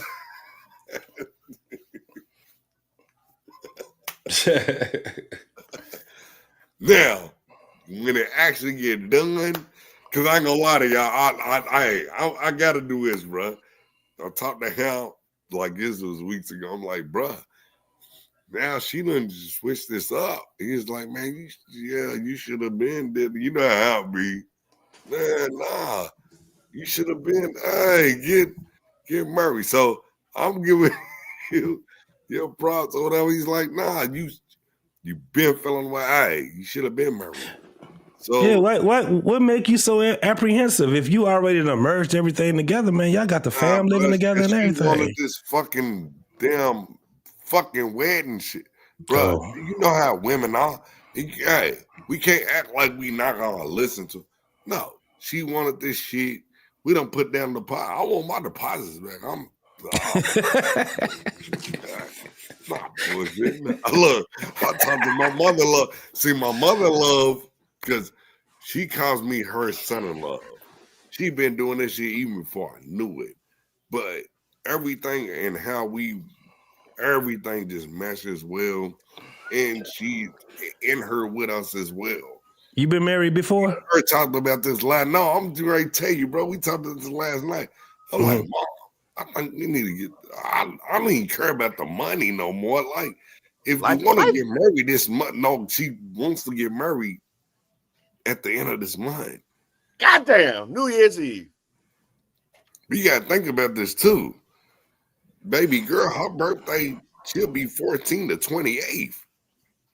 I don't give a fuck about Christmas, but it's my daughter. But me and my mother-in-law, we had a conversation last night. I'm like, Mom. Mother-in-law, that's a cute man, hey, look, let's just... We're going to have to have a conversation with, look, I'm trying to come to her as her daughter. She's like, nah, you got to do it. Yeah. So she wants to have the hoopla. She wants to be married now, but then she wants the celebration. We got the money. Bro, trust me, we got the money. We done already put in this shit. I don't want to do that shit. My yard is big as fuck. You hear me? 50 yards, I heard. You ain't lying. Like, yeah, you can throw that motherfucker and old niggas ain't gonna catch it. Like, for real. I ain't running that fucking far, nigga. But let me read this super chat real quick for Riri. Shout out to Riri. Riri, I really want to ask you about some shit, fantastic, with this shit. Like, I'm shit. I'm gonna go on mute. I'll wait. Gifted 5 memberships. Riri, I appreciate your love. Everybody that received a membership, please say thank you to Riri. Shout out to my man Robert Platinum for the 2. Appreciate you, brother. Yo, fantastic. Give me some money for Newports. No, brother, I don't support cancer or people getting cancer, brother. Nah, you know what I'm saying? I give you some money for something that's healthy. Shout out to Riri for becoming a new member, and then Riri for I guess upgrading our membership. And the same thing. Appreciate you, love. Riri, I'm trying to. Where do I know you from, Riri? Where are you coming in at? I don't know who. You look kind of familiar. I don't remember what chat I saw you in. But I appreciate your love for all the support. Goddamn lineup, nigga. It's a whole lineup, man. It's crazy. Figure War is crazy, bro. Okay. Yeah, let's see. Come on, people. Yeah, hit the like button, man. If y'all hit the like button. Nah, Miss Williams, man. Yeah, definitely, bro. Like I said, family is paramount, of course. So your family is going, but yeah, man. So you changing up. You want to have a regular wedding, man? You don't want to waste all that money on the wedding? No, I don't, bro. Like, smart man. I don't, like, because everything that even now, my birthday's in a couple of months. She wants us to go. No, I don't. I already paid for it. The fuck? I don't want to, bro. I don't want to travel like that. That's just me as a man. I don't give a fuck. Wait, you traveling for your wedding? No, this is some other shit. Now she changed this shit this month. I'm not telling y'all the date. Yeah. Because y'all can't hold water. I love y'all and shit. Not at all. I can't. And then you got to think how many people is watching right now. This month, I'll be married. But I did. Me and him talked about the shit. And I'm like, bruh. He's like, yeah, hell yeah. That's what you should do anyway. Because I already told him that I've been wanting to marry her anyway. Like, it's 26 years, y'all. So let's just get that together. Okay? Yeah, nigga, you supposed to been doing that shit a long time ago. Yeah, but I was, whatever y'all want to say, I was, regardless. Now, she want to do this shit. We got all this shit, grandpups and everything. Like, I ain't never been a fucking grandfather to pup. I got grandkids. But even now, I'm like, I've been hearing all the conversations, and even when Fantastic, that's one thing we've all know this. Like, Fantastic, I've always agreed with him at least 85%. Now it's 95%. That 5% is what we bump heads with. Because, I get it now. But it helps me even with this. My woman and everything. All of that shit. It used to be me and him 80% of the time. I agree with. We might bump heads. I don't bump that all the way up to 90. I already know why y'all agree with a lot more now. I didn't see this shit play out. I didn't see it play out. But me and him, like, the shit that me and him, even when we done disagreed, he'll let me on the show. But like, Williams, is this your first marriage that you have? No, this is my third in my life. Your third. So this is the thing. Motherfucker gotta die out, bro. It's Bloods and Crips, bro. You see what I got on? She got on shit. So you should. She's fucking. I'm gonna tell you how fucked up this is and how great it works. I'm Louisville. She's Kentucky fan. I'm San Francisco. She's Dallas, bro. Yeah, fuck with each other, but y'all still fuck with each other though. Yeah, and guess what I do? Every fucking bet we do, I still win anyway. So, are you spinning a grip? You spinning a grip on this wedding? No, we actually and I'm gonna be real with y'all. She made sure that it's both of us. Included? What you mean? Is both of y'all included into it, or doing it half? She wanted that way. Okay. And y'all got a lot of people coming through. Y'all got a lot of people that's coming through. 200. Yeah, nigga. I ain't. Shit. Now, hey, look. I'm gonna tell you, nigga. A nigga that got married before. Fuck them. Now, guess what the reception is though? What? We only doing 100 at the reception. 50 away, 55. Now, look, the church. Yeah. It's gonna be about 300, but everybody's not invited to the reception. Hey, Ferg. I fuck with that, but my whole thing is this: y'all been fucking with each other for over two decades, right? The only no. You see, you ain't get that. See, I don't want people to. I need people to understand my fuck ups. I need the men to know where I fucked up before I got back with her. No, we've been knowing each other. Oh, you spent the block. Yeah, hell yeah, nigga. Guess what? I told everybody, even on a live show, man, I spent the block. Man, I I Steph Curry that bitch. Oh. That's what I did. Oh, well, that changes the whole concept, right? Hey, and that's why we need to teach these little young motherfuckers. What up, Coach? Don't give up. And hey, Coach Ferg, he from the Ville. He know what the fuck this shit is. No, you don't give up. You shoot your damn shot. See, I found that motherfucker because I was actually on Facebook and I was really on her, and goddamn it, I seen this motherfucking picture. I said, "Oh shit, that's my baby." Even though me and her like each other's shit and everything off and up. Oh, really? And I was single. She was single. Y'all know what I got though. Y'all know I got baby girl. Guess what she chose to do though? She chose to deal with me with her, because our oldest daughter now, her child, she only has her. She's 22. That's her daughter. I got a 13-year-old. She chose to deal with somebody that got somebody else's child, all of this shit. Now we got to break all this shit. Now, guess what she said? I don't give a fuck. It's gonna be my baby too. And even now, that's her daughter. Now you can't tell her that ain't her baby. Like she treats her like she popped her out. And y'all know, of course, that's my brother's daughter. But hey, I'm 12 years in. But no matter how you slice it, that's still your family. So it is what it is. No, the whole thing is now, because I had to give myself some grace too, bro. JT, I had to give myself some grace. That's my daughter. Yeah. I love my brother, but he's a piece of shit. But you know what?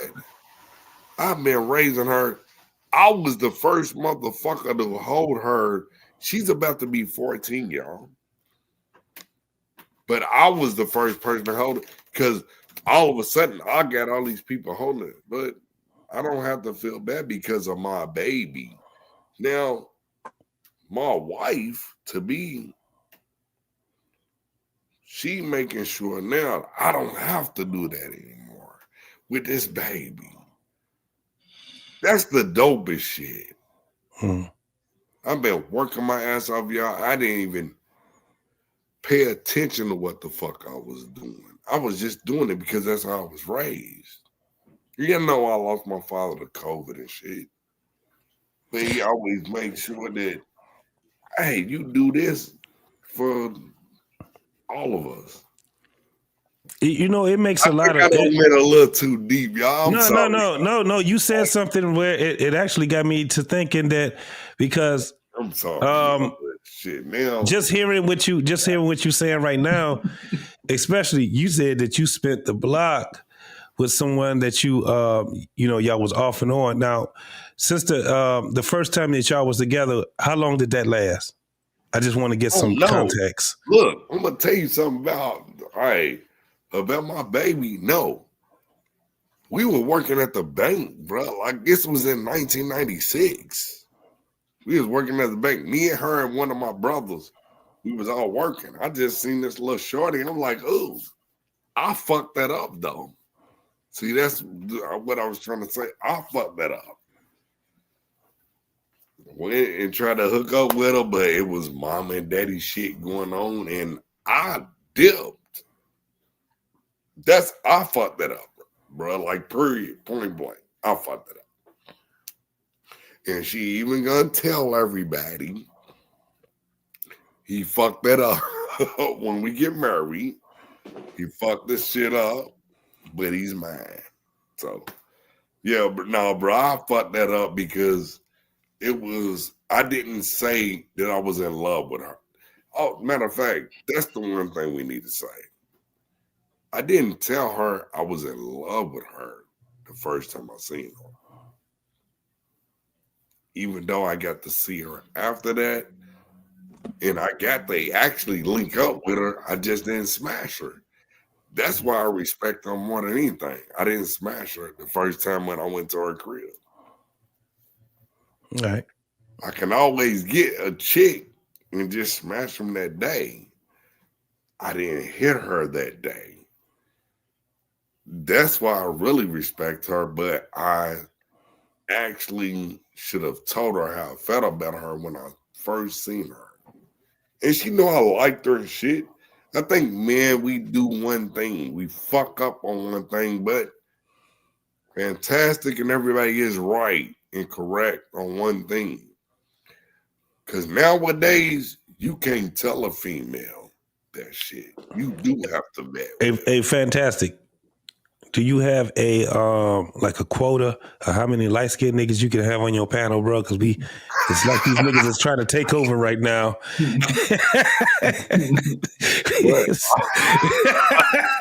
Like these light skinned niggas trying to take over and shit.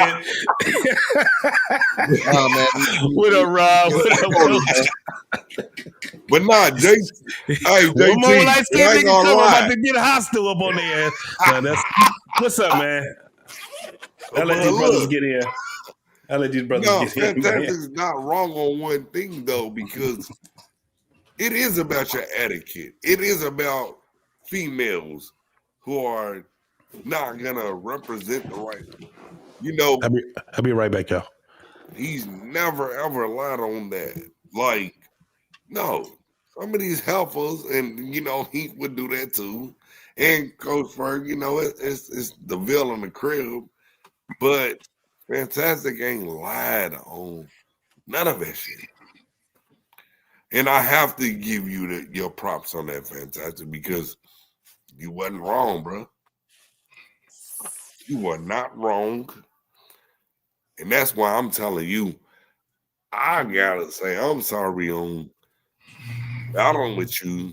You know, it's just, it's just a few issues you and I have. I get it, man. Like, hey, 85%, but now, no, I told y'all, I'm dealing with the 95. Fuck all that. Now it is 98%. Shit, that's just because of my mom. Fantastic. Like, because I seen what the fuck she went through, but nah, Fantastic ain't lied on shit, bro. It ain't no red pill shit and all, because I've had to go through this, y'all. And Fantastic, I don't mean to do this, but because I was learning this shit while I'm going things with y'all on YouTube, nah, bro, you ain't lied. These motherfucking women are fucked up. They are crazy. I hope I didn't mean to say the F word, but we have a sailor creed over here, brother. You cuss all you want, but nah, man, I'm just glad you guys are understanding this, and what a lot of brothers come to understand in time, right? Because like I said, this is a very, very serious concept for a lot of men to accept, because you've been told one thing all your life, and especially for older brothers, right? You know, happy wife, happy life. You know, the man's got to take responsibility. It's the man's fault no matter what, because you're the man. all these different things. So a lot of stuff that I say are extremely new concepts that are going to be hard for people to digest, and not only digest but adopt and understand. Right. Lil So bro, hold up, lil bro. That's the one thing I disagree with you. You don't have to say that we all wasn't agreeing with that shit. No. Just say it a different way. Like that does make us feel as older men. Like, fuck no. Like, well, no, I'm not just saying you. I'm not saying you, Miss. I'm just saying, like, even with Coach Friend, like, no, this is what y'all need to do now. Y'all have to understand the audience and everything. You don't know. You actually have it on point, but we not them weak niggas. So y'all gotta come up with a new term. That's what I'm saying, Ms. Williams. I'm not saying it. I'm not saying it in a negative. No, but fantastic. It's what I'm saying. They look at it that way. These motherfuckers that follow y'all, like, bro, this is the one thing I can actually agree with you on, but y'all have to word it a certain way. Me, you, Kurt, you know, we all older. You gotta word it a different way because these young motherfuckers are goofy as shit and they listening to, they think y'all hate us. Y'all gotta come up with something better. I want to hear what Fantastic had to say though. I know I get that, but JT, you know what I'm saying. The younger motherfuckers that actually acting retarded right now, they listening to. They have to change the. See, they don't like how we talk about it. They say we mean. Fantastic when he do it, it's still fucked up because they have to word that differently. That's why the fuck we'll shoot the shit out of one of these little young bastards. Because I know I will. Fantastic actually has the perfect melody, but he has to word it different for the y'all keep on talking about this audience shit. That's for us. But when they do that, it's shit on us and the younger people. What the fuck they doing? Oh, fuck these old niggas. Nah, y'all. Hey, y'all. We really gotta have a real man conference. And Fantastic, I'm not trying to shit on you, but y'all know what the fuck I'm talking about. JT, Coach Berg, y'all know what the fuck I'm talking about. And Fantastic knows too. We have to actually have a fucking conference. It just can't be held. Motherfuckers hate on Fantastic. Even what did I tell y'all? We grew up the same fucking way and different. But I understand where Fantastic comes from. Most people don't feel that. Now we have to do both walks of life. And most motherfuckers are going to be like, oh, I don't want to hear Mr. Will. Fuck what they talking about. This is about, hey, Fantastic, because I don't call him Fantastic in our, I say Fantastic because I see what the fuck he's talking about. We got to do this shit for real or we on some bullshit. That's what the fuck I mean. So Fantastic, I just wanted to... My favorite content creator he's been at for years, even before he even fucking knew I was. But now this is the time where it just ain't about clicks, likes, and everything. It's about the what the fuck. But bastard. Hey, Will. Look, no.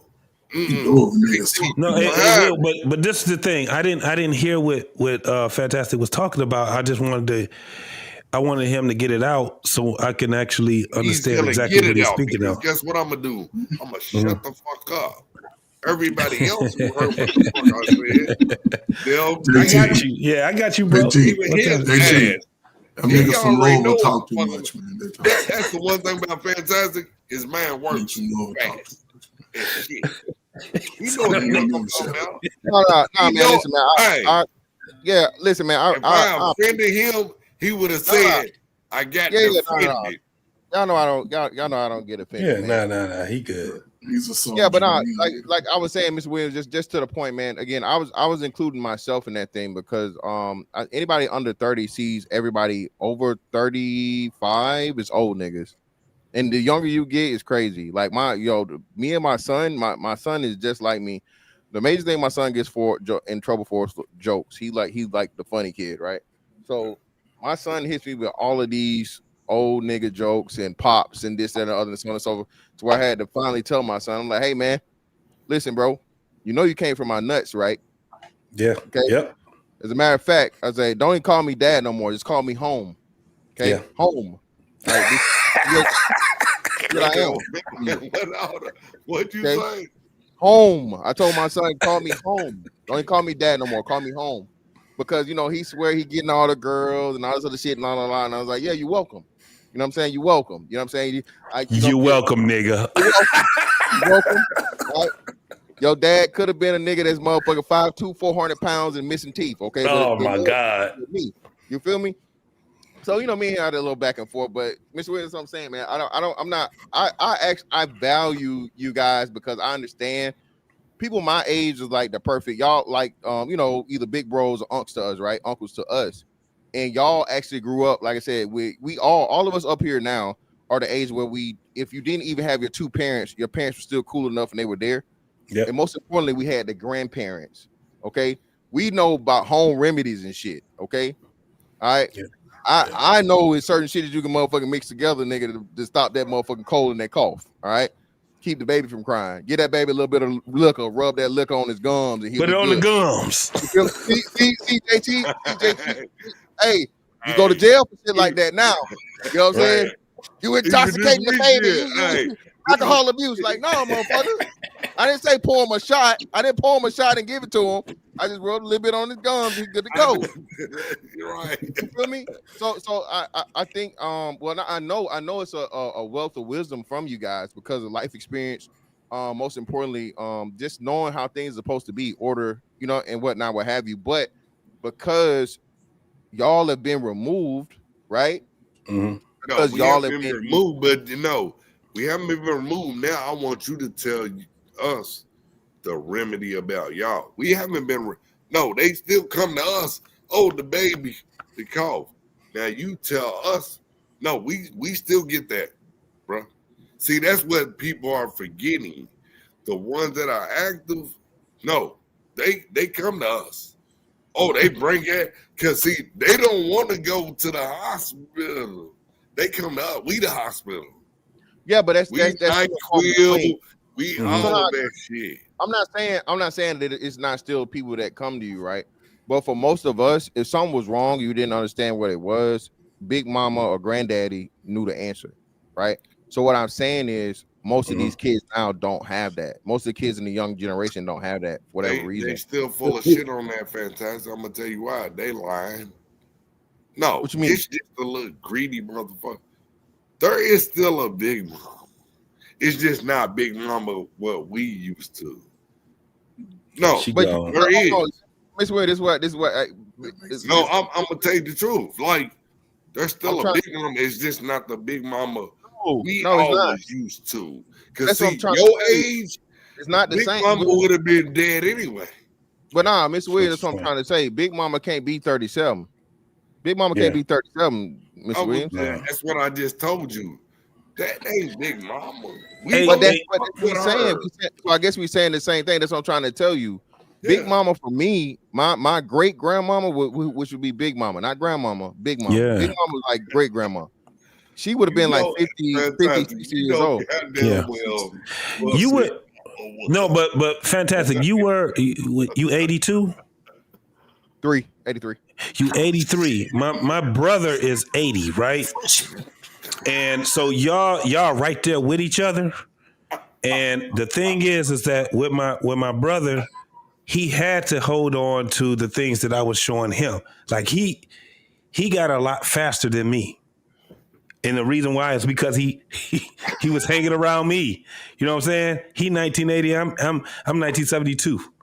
So the things that my brother learned, man, he was so fucking fast at it because he always got everything from me. Even when, I left, he was 10 years old when I left and I went to the Army. I didn't come back from the Army till 10 years after that. He was a grown fucking man.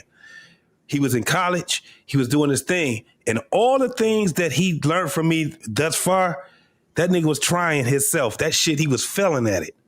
He had to figure it out his own, right?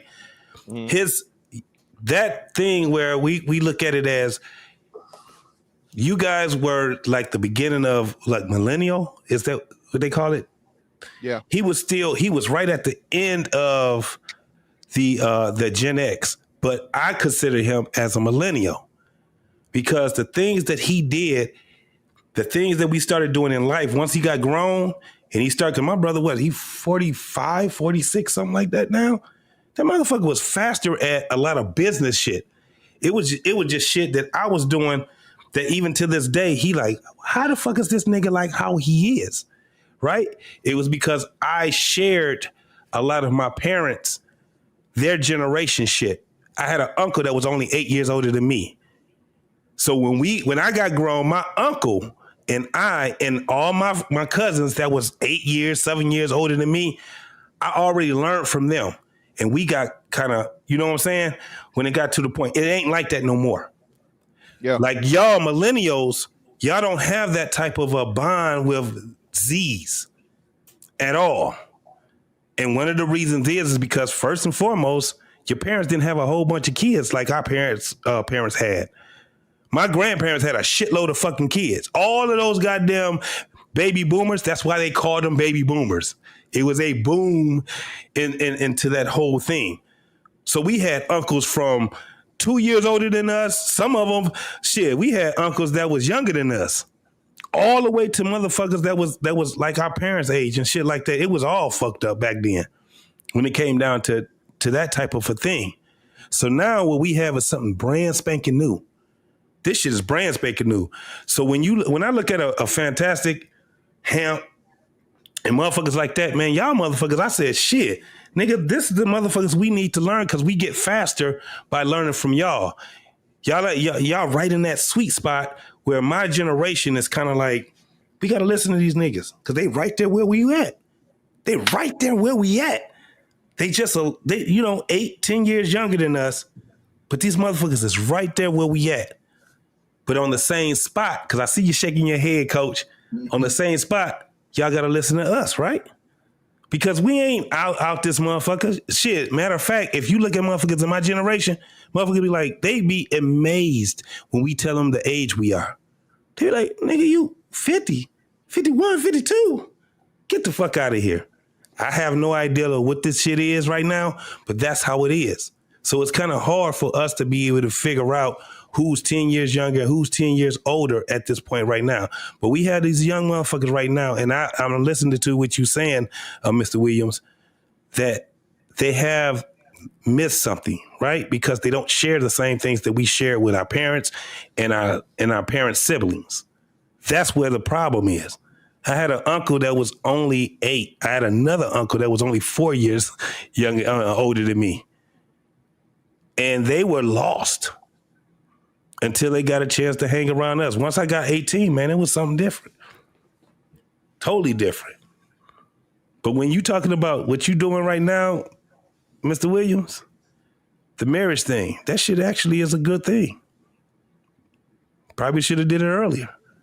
Because you was already sharing, wasn't you? Y'all was already doing your thing. You don't see no end to it. That's what we've been trying to get people to see. Motherfuckers ain't trying to see it right now because they don't really listen to it. So I have a question. What up, though? And this is why I come up here. I come a little controversial or anything. Let me get up in here, Mr. Williams. I delayed. I think you just a little bit. Yeah. Let Ruthless talk. And hold on, Ruthless, before you go, we got to get Coach Ferg in here. Coach Ferg said anything. I heard him say something about me and what I was doing. Like, fantastic. Can you hear me? I don't want to disrespect anybody, but can you hear me? I think he's a little toasted. Yeah. No, it's a delay. It's a delay. Toasted. Yeah, no. Hey, y'all want me to get fucked up, bruh? Look. Bro, Williams, you good, Will. You good, Will. You good. No, you I good, don't bro. know what. If you see me on This Might Be Risky, bruh, Right I here, will bro. go there. You It ain't good, no bro. problem. Bro Why the Williams, fuck listen. everybody want to be immature all of a sudden? Bro Williams, let me just say this, right? And I'll shut up, man. First of all, man, whenever you do tie the knot, man, you know, I better get an invitation to something, man, because I'm gonna see how y'all He right there. How you West End idiots move and things like that. And salute to my Ravens, man. You know, we went to the Final Four this year. So, I mean, listen, man, I go to the high schools and middle schools once to twice a week, right? I was just at a high school Friday, and a mixed high school, pretty diverse. And listen, man, those young folk they don't have no clue what the hell YouTube talking about. These young folk have still got aspirations of being together and getting married and doing things. You know what I'm saying? I talk to them all the time.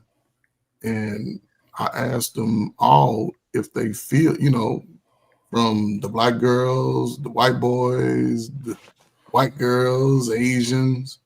I bring up some of these talking points, right? Half of them had never even really heard of them. And quite a few of them come from single parents. Whether white or black, even some, I don't know where they're from, Milan. It's diverse because I average about 4 or 5 classes a day. And I bring up these talking points. A lot of them just don't know.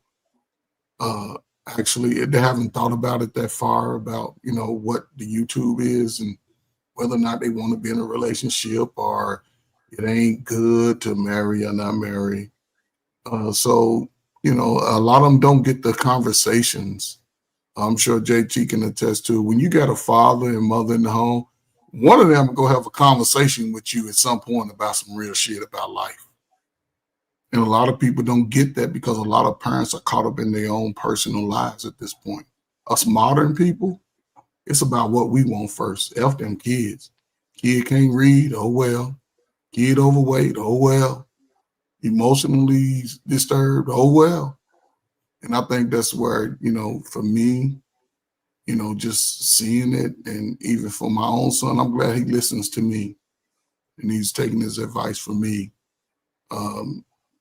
So I don't know, this is a peculiar place. I think overall, men are getting better. It's the first time there's ever been conversation coast to coast about men being better and men getting messages that they need that they may have not gotten 5, 10, 15 years ago. I still believe every man should live his life for himself outside of another man's thoughts and another man's feelings. But, you know, I think it's a great opportunity for young brothers. Not you 40-year-old niggas. You niggas is old too. Just be real. Be real about that shit. You one sprained ankle away from being on the injury report. But, you know, I think for younger guys, you know, it's cool that they paving their own way right now. And it's cool that they looking to just do things a little different because we don't want them to end up like the past several generations of baby daddies and baby mamas. So if they can hold out, then that's not a bad thing. That's not a bad thing. But, you know, this, I don't know, man. Listen, man, everybody's not built to get married, and that's okay. You know what I'm saying? Just make a decision by the time y'all get 50, 60 years old. You know, so I don't know, man. It's going to be complicated. I'll say it's not shut up. From 45 to 55, 65, it's best to be more intentional about how you're moving out here in the world, being a little bit more reserved about spreading your seed around. Because a lot of y'all running up on bad monkeys and you don't want to be sick, you know, the latter part of your life, man, because you trying to run up on some bad shit. Because we all know that everybody ain't protecting themselves. We all know that. But yeah, man, just be more intentional and ask the right questions. YouTube give you 1,000 questions you can ask, you know, but everything comes with, you know, time. You know, just don't bust in the door like, hey, what's your body count? You know, but it's good to ask. But before she eats some dinner out your pocket, you might want to have those conversations, some before you fly out, you know. But again, how many dicks? Yeah, I mean, but for every man, you know, women don't respond to every man the same, and I think brothers don't really understand it. You know, I used to be handsome at one time, and I would have gave Fantastic a run for his money. Long time ago. Time ago. About, JT, as you said, about 14 Christmases ago. About 14 Christmases about 14 Christmases ago, yeah. Yeah, but it's confidence, man. I appreciate brothers gaining more confidence, you know, to stand up for themselves so they can have a great outcome. And I'll shut up right there. Ruthless is on you, brother. What you got? Well, let me say what's up to the super panel. You know what I'm saying? We got Coach Ferg. Coach put me in. Then we got, you know, Fantastic, you know what I mean? Great boxing lesson a few months ago. Excellent. Teach you, don't be all about that talk. You better be about that walk. And, you know, yours truly up there with the, you know, the Detroit Lions. You know, that's a whole other conversation, right? So, my thing with the red pill is, and I'm a little, I agree with a lot of you guys think. I'm not really saying you're awful, but I'm not red pill, but I do have conversations with you guys quite often. I'm a little confused. Maybe y'all can help me understand. Because I see that the red pill guys do point out various behaviors of women that are on par with today's modern women. But I'm a little conflicted, and it also falls with you, Coach Ferg, and the Detroit Lions.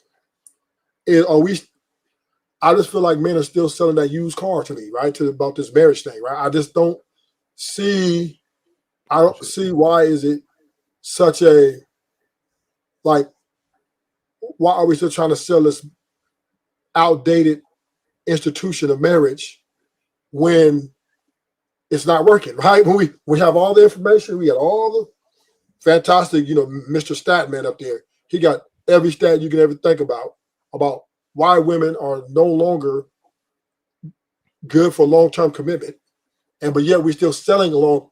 The red pill is still basically saying at the end of the day, well, you got to vet correctly. You got to find a good woman. You got to when I just don't think that's the practical solution. Now, maybe I'm just saying I could be wrong, but Ruthless is thinking that it's, and it's for the younger generation and the older generation.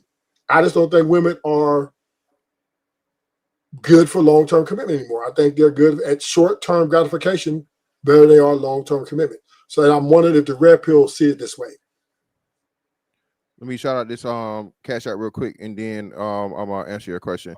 Shout out to my man Julian for the 20 ball on the cash out, brother. I greatly appreciate it. Ain't nothing but some money. Yeah, so Ruthless, to your point, brother. Again, man, I don't even look at this shit as like that too. Well, I guess you have no choice, but red pill, man, sure how you want to talk about it. Listen, man, we walked this shit down to the point of where now you have actual therapists, actual lawyers, actual people saying that marriage is just not a good deal for men. And what makes it problematic, right, is we talk about, we know for sure, or what we've been told and what we've been trained society-wise, successful format for a good society are families, right? Husband, wife, children, right? The problem is, though, if one side defaults on the contract and they just will not participate and will not cooperate, well, what choice do the men have? And we're affected unlike any other group of people in the country. And that's why I talk, these conversations with us, for real, are the most important. Black people's conversations about relationship dynamic, marriage, parenting, all this shit is more important than anybody else because we're affected negatively the most, right? Like anybody. You see what I'm saying? So I think Native Americans may be a little worse, but we know they're a very, very small percentage of the population. And they're historically, they have issues and problems, abuse and stuff like substance abuse, addictive, things or whatever, predispositions to certain things. So again, to use them, it's not enough because they don't make up enough of the population. And, but Black America as the social experiment is I think it's like, you know, is the world's longest active social experiment, to where you had a group of people, you take them from where they're originally from, you bring them over here, you have them breed for the best possible outcome. I don't even think niggas realize that. We talk about slavery all the time, but you understand this is why niggas are so super and niggas are so great at sports, because you were literally bred by the biggest, strongest motherfucker had the kids, and the woman that had the most, you know, the best childbearing hips and the things that could give birth the easiest were the ones that pumped all the kids out, right? That's another thing though. This marriage shit, bro, again, legal state sanctioned marriage, bro, is just, it's, you can't win in this shit. And then furthermore, a certain motherfucker said, you know, over on This Might Be Risky, about how, you know, well, dark-skinned women are better suited for marriage. And Candy, and look at Candy ass now. Candy motherfucking getting divorced right now, bro. I keep trying to tell niggas this shit. And again, I don't knock marriage. If you're married, hey man, it works for you by all means, brother. Congratulations to you. I hope you can make it work. Right? Can I say something real quick? Just let me finish. You got it. So niggas using this marriage shit to whoop niggas and try to make it seem like you're superior or whatever, bro. That shit is dead, bro. That shit is dead. Because again, like I said, it's so many long-term relationships that's even still ending. So my motto has been and always will be: every marriage is good until it ain't. And you never know when ain't gonna come. Never. You never know when that shit gonna show up. You can go ahead, bro. Go ahead, Bob. Let me take this shit down. It's on you. You know, I woke up this morning, I knew I was famous, Fantastic. You know how? How? Her sent me a video this morning. Who? HER sent me a video. The singer? Yeah. Oh wow. Yeah, that's dope. You know I'm famous on Spotify? No. I don't follow Spotify, but okay, you can tell us the story, how and why that came to be. How many people you got in the chat right now? I only got 100 some people. Actually 95. Do you know how many people fit in a comedy club? In a comedy club, depending on which one, we got I think is the Funny Bone down here, or what's the name? I think we got the Funny Bone down here. It's probably anywhere from 100 to 150 people. So Same thing drift, in right? Ohio. Yeah. Every night y'all are filling a comedy club. You're moving culture every night. You were famous, remember? I'm not famous at all. I thought they had you on they were throwing you up because who did you beat up? Oh, that was a long time ago. It was another content creator, but I mean, it was when I was 2-0, right? Huh? You 2-0. No, I'm 1-1. The first dude shit. I fought was what's the name shit. He's a actual boxer. Shout out to CJ. CJ box for a living. You ever heard of 6 degrees of separation? Yeah, of course. Tell me what it means to you.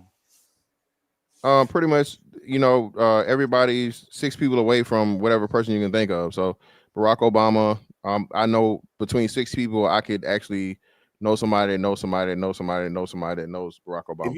If you go to my Instagram right now, I bet you Corporate Business is one of my friends.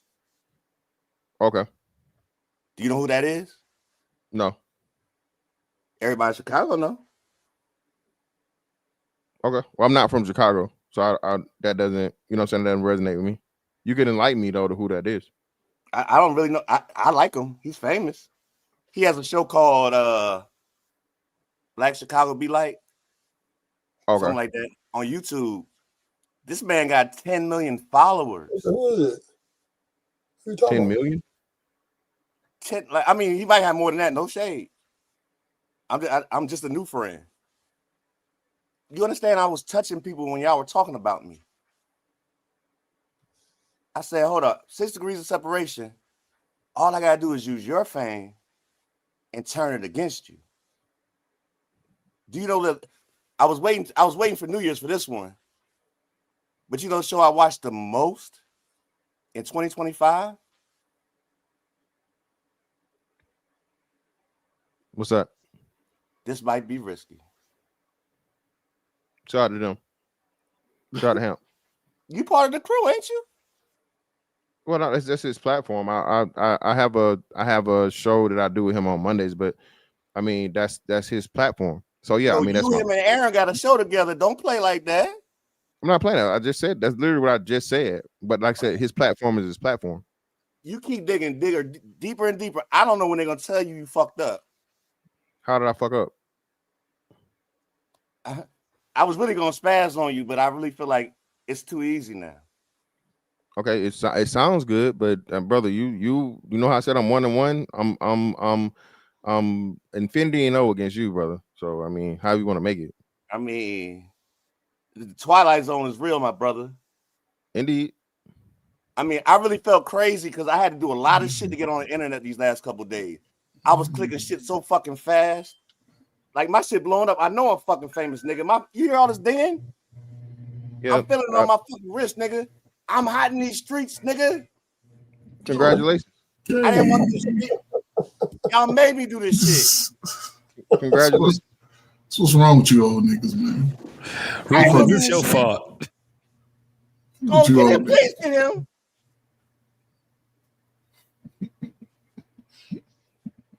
I had to work every night.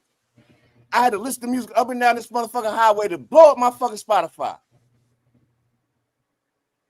You don't know how much I had to do this shit. I had to change my mindset 55 times. Y'all think I'm drinking for fucking fun? Brother, I don't know, man. It's on you. PTS. And then y'all play that mental health bullshit. I was fucking mad as shit. I was really coming to all y'all motherfucking houses. Allegedly. Yeah. I'm glad you brought that up, brother. You gotta be careful with that because you say shit like that to me, and I take that. I take all threats like that serious. Yeah. You know what? Something you don't know about me is. Let me finish though. Let me let you like really take this shit for real and serious and marinate on this, brother. When you tell me that you're gonna come find me, you go come see me, and you're gonna do harm to me, bro, I don't take that as a joke. Okay, I don't know what you got going on or so on and so forth, but please know. Right now, I take that. What's wrong with you niggas? I take that. Listen, listen to me. Make sure you hear me out. I take that extremely serious, and I appreciate you giving me the warning. But if we ever cross paths, brother, again, that's the time that you put us on. Okay, you put us in that time zone. On site. Listen, you put us in that time zone. You put us in that time zone, brother. I'm just saying, if we cross paths, just understand, unless you change it in person, that's the time zone we in, brother. So I understand you may have some issues or problems or whatnot, what have you, whatever. But being that you told me when you see me, is watching, so I gotta say allegedly. Yeah, well, it wasn't allegedly. That's what you said.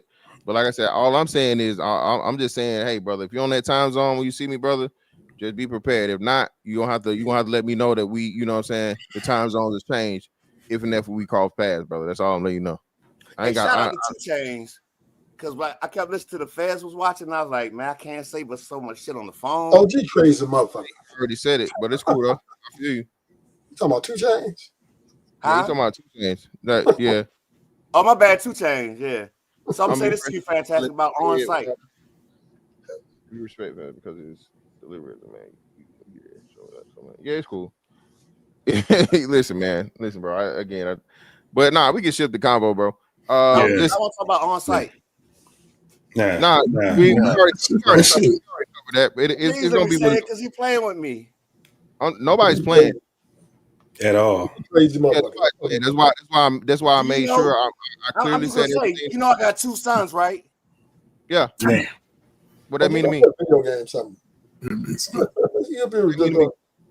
Leave Fantastic alone, man. I got me, brother. That's all I need. Okay, and like I said, if it changes or whatever, if we cross paths, that's cool. But if it's that, it's gonna be that.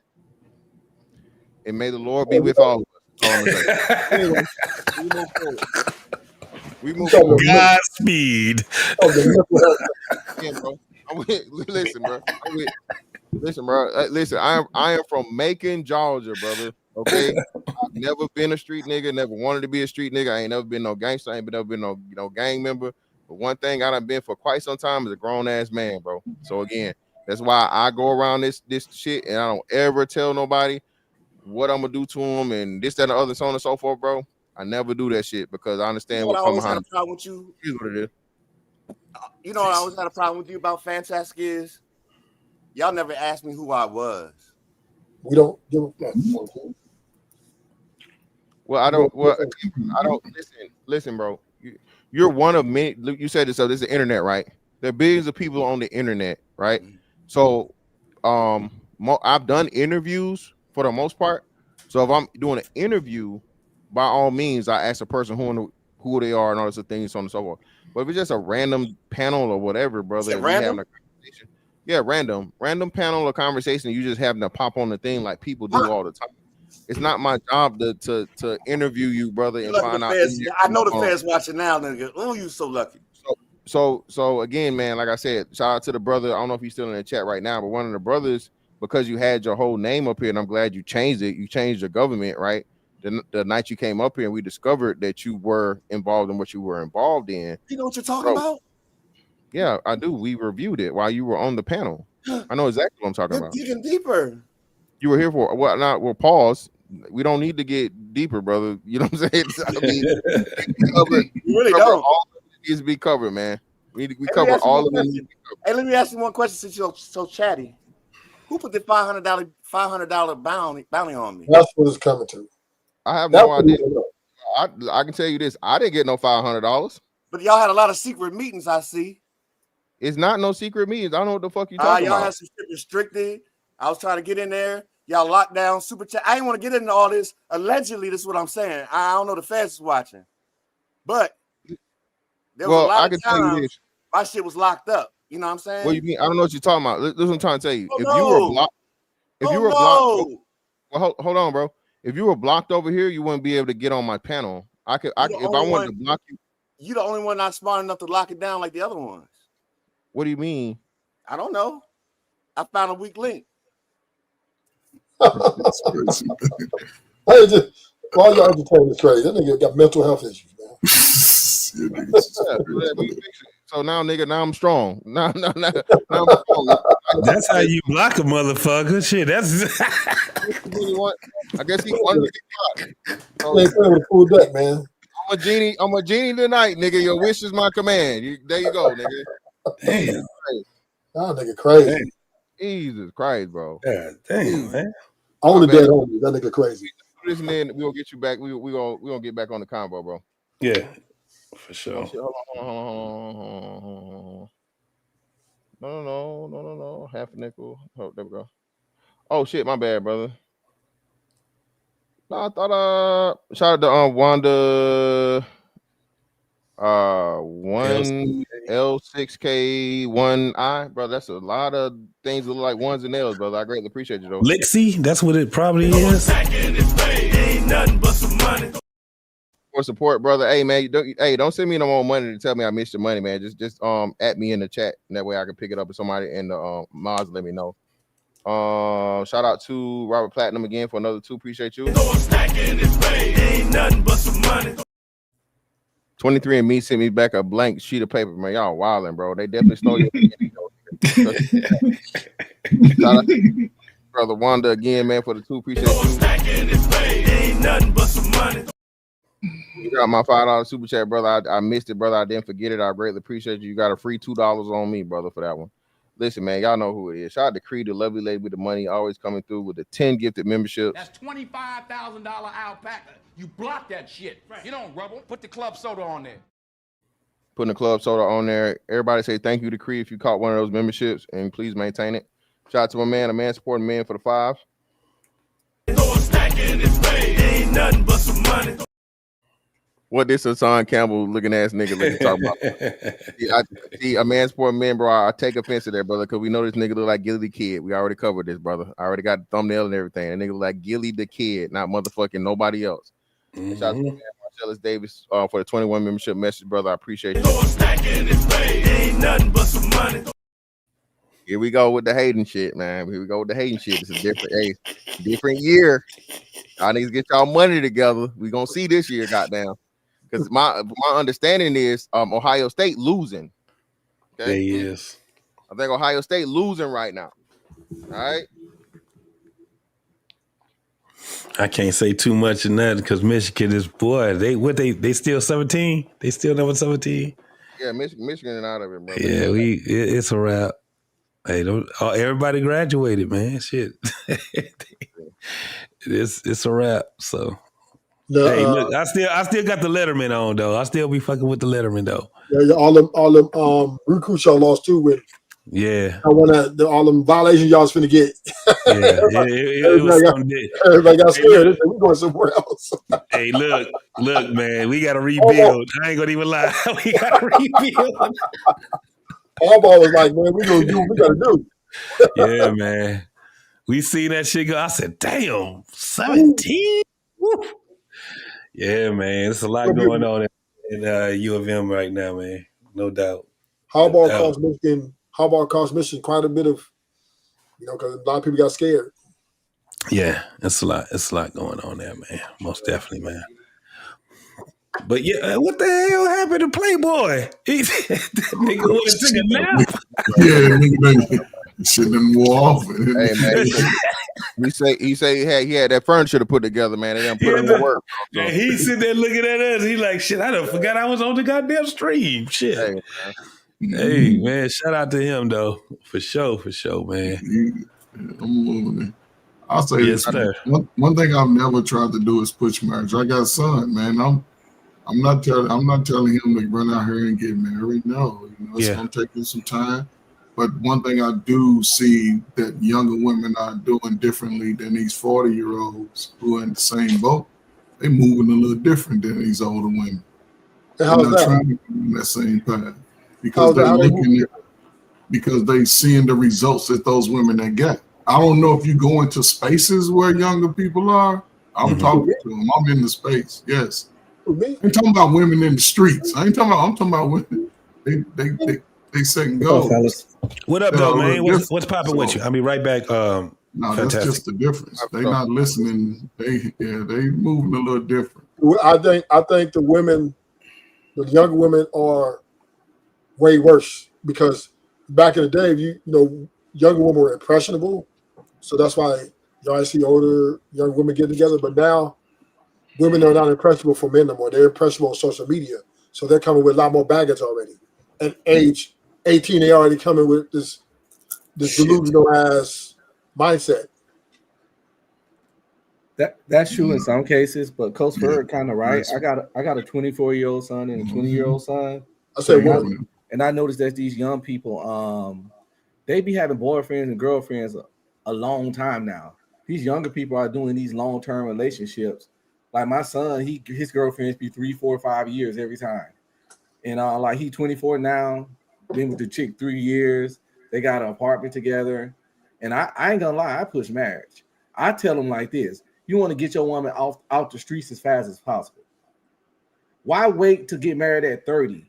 That means she was in the streets from 18 to 30. That's 12 years in the street. So if you got a good woman that y'all work well together, like I said, he's 24, she's like 21, 22. She's like 22. They got an apartment. She graduated college in December. He a mailman, and he going to IT school. So they doing their thing. So it's like both her parents married. So she come from a stable home and environment, and her parents cool and loving, happily married type stuff. So she know what a good relationship look like. You get a woman like that, go ahead and sit down with her. Because ain't none in these streets but STDs and possible baby mamas. So if you find a good woman at 22, 23, marry her ass and get her out the streets. Because if the longer you lay in the streets, the more higher chance you're gonna get ran over by a goddamn car. So what the only problem I have with your premise is there are no guarantees. So you could do it just because she's this way now don't mean she's gonna be that way later. Yeah, it ain't no guarantees. Yeah. So that's what I'm saying. For you to just say, oh well, if she's acting this way, whatever it is now, go ahead and lock it down and marry now. Like that's going to guarantee you a cool future or a long-lasting marriage. I don't think that's practical. Life is a gamble, but you can't live in fear. Because we're seeing the evolution of women, right? And the problem with the evolution of women is they don't have the wherewithal to deal in long-term commitments in a efficient manner. And what I mean by that is they could be in there, but they're underperforming, right? A lot of women are underperforming in these marriages. So, yes, can you get married in 2026? Sure. What the hell? Why not? But the question is, right, is the performance going to be there for you to be, as a man, as a fantastic word he said earlier, is it going to be formidable for you to get the reciprocation of what you have invested in this woman? And that's where we are right now, right? Can you get a healthy, and let me preface that, a healthy marriage is different than just getting married. And this is where we're coming to a, I guess, meeting point on these target points is are you in a happy wife, happy life situation? That's not healthy. That's not healthy, and that's why I don't really trust married men up here with, and I think the married men are not protecting the men out here from the truth, because a lot of you guys are not coming with that. Oh, I'm happy wife, happy life, because it just doesn't look that good, understandably. But I believe because women are attached so much to their emotions, the way they feel, the only way for that, relationship or marriage to last in any abundance of time, it has to be in an unhealthy state, because the man has to succumb to that. If not, it's going to be over.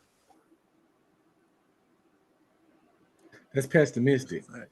Not No, saying you're 100% wrong, but nothing in life is guaranteed. Love is a gamble. Life is a gamble. Risk is a gamble. Every time I get in my car, it's a risk that'll be my last drive ever.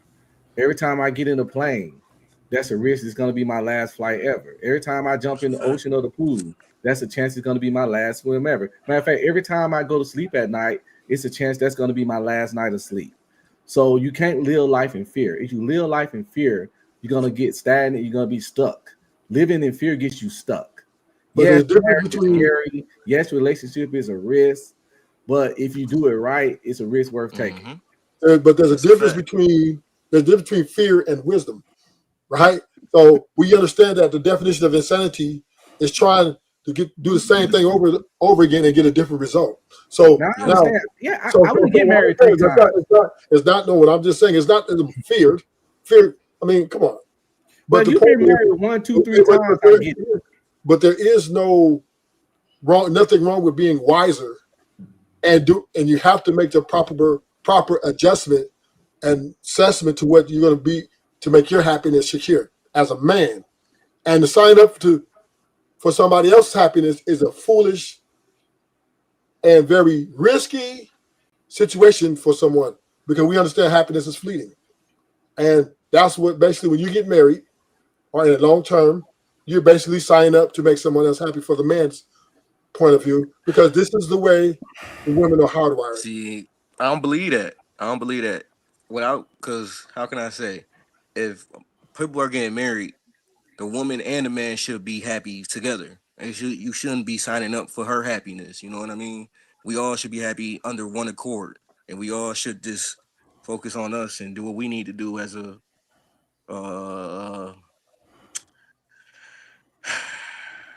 I don't even know what to say. As a team? Yes, as a team. As a team. There you go. Hey, yeah, Darvell, I want to agree with that. Darvell, I don't know, your screen black, brother. Can you fix that for me? Can you refresh it? My screen black? Yeah, it's black. All right, I can fix it. Hold on real quick.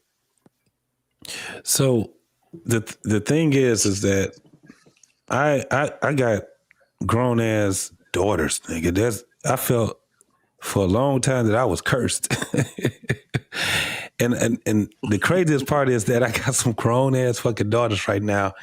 And one of the things that I told them, that they got to bring them niggas around me. Them niggas that's interested in them, you got to bring them motherfuckers around your family, right? But no, most importantly, you got to bring them around me. And the craziest thing is my youngest daughter, she actually is adhering to that right now. And the young man that they live together. That marriage shit, I'm figuring it out with them. Because my old way of thinking is not what that shit is no more, right? But She's in school. He's in the military. He that weekend warrior type shit, but he also has a pretty decent job or whatever it is. And the thing is that with me and their mom, we visit them a whole lot. My kids ain't nowhere near. We've never been those ones that once we graduated from high school, we stayed in the hood. So my kids don't even do that. I got one in Tennessee and one in Arkansas. When I got 18 and I got up, I was gone. You know what I'm saying? And so I grew up a lot faster when it came down to responsibility, not because of all the fuck shit that goes on in my life. It was because of the responsibility that I had to take in order for me to rid myself from the fuck shit that can go on by me being lazy, not being a man of principle, not being a man. It's a lot of principles that I had where I was just like, damn. So I try to instill that into my kids. Now, with that said, man, we fuck up. Young folks fuck up. Me telling my daughter to that nigga that you that you enthralled in right now and you with him, y'all need to get married right now. I think I do her a disservice by saying that. You know what I'm saying? The craziest part is that I figured out to talk to not only her, but I had to talk to him. You know what I'm saying? I actually not fucking, it's beyond a conversation. It's more of that motherfucker, like my youngest daughter, man, she got a dude right now. That nigga call me periodically because he trying to figure out life. I ain't the only person, but he, you know what I'm saying? He's really trying to be like, I love her and all this. I don't trust that nigga. I don't trust none of these niggas when it come down to my daughters. If I had it my way, come back home and stay with me and we gonna be all right. But it's not gonna be that type of a life. So they have their own life. I have one that's just her last year in her 20s and she's trying to figure it out. I got another one. She's about to be 24 and she's trying to figure it out. How do we have that conversation with them? How do we figure it out with them? Because that's a part of the next generation, right? If I tell them, and I go out here and I throw in their head all the shit that me and their mama been through and the shit that the principles that we adopted and all that shit, they ain't hearing that shit. They ain't listening to that bullshit, man. We have to figure it out with them. When they going through and the shit don't work out for them, we have to be right there with them. Do we have a lot of parents that's doing that right now? We got a lot of parents that's sitting back and saying, okay, you fucked up and we can balance out that the reason why this happened to your ass is because this is what you was doing. Now what you got to do is make it better by doing this, this, and this. You got to gain some pride, some type of, principles and shit like that. Better than what the fuck you had. How do we do that shit? My daughters ain't, I can't stand, hey, fantastic. Can't stand that fucking weave shit. My daughters be still trying to do that shit. And I'm like, man, when they ask me, how this look? Look like shit. It look like shit. Like, I'm that dad that when I see some shit, they wearing shit too revealing, I'm the dad that say, go put some fucking clothes on, man. What the fuck is you doing, right? But they have a different type of, man, how do we figure this shit out with our kids like that? That's where I'm at. A lot of people ain't there. They got 13-year-olds probably to the most.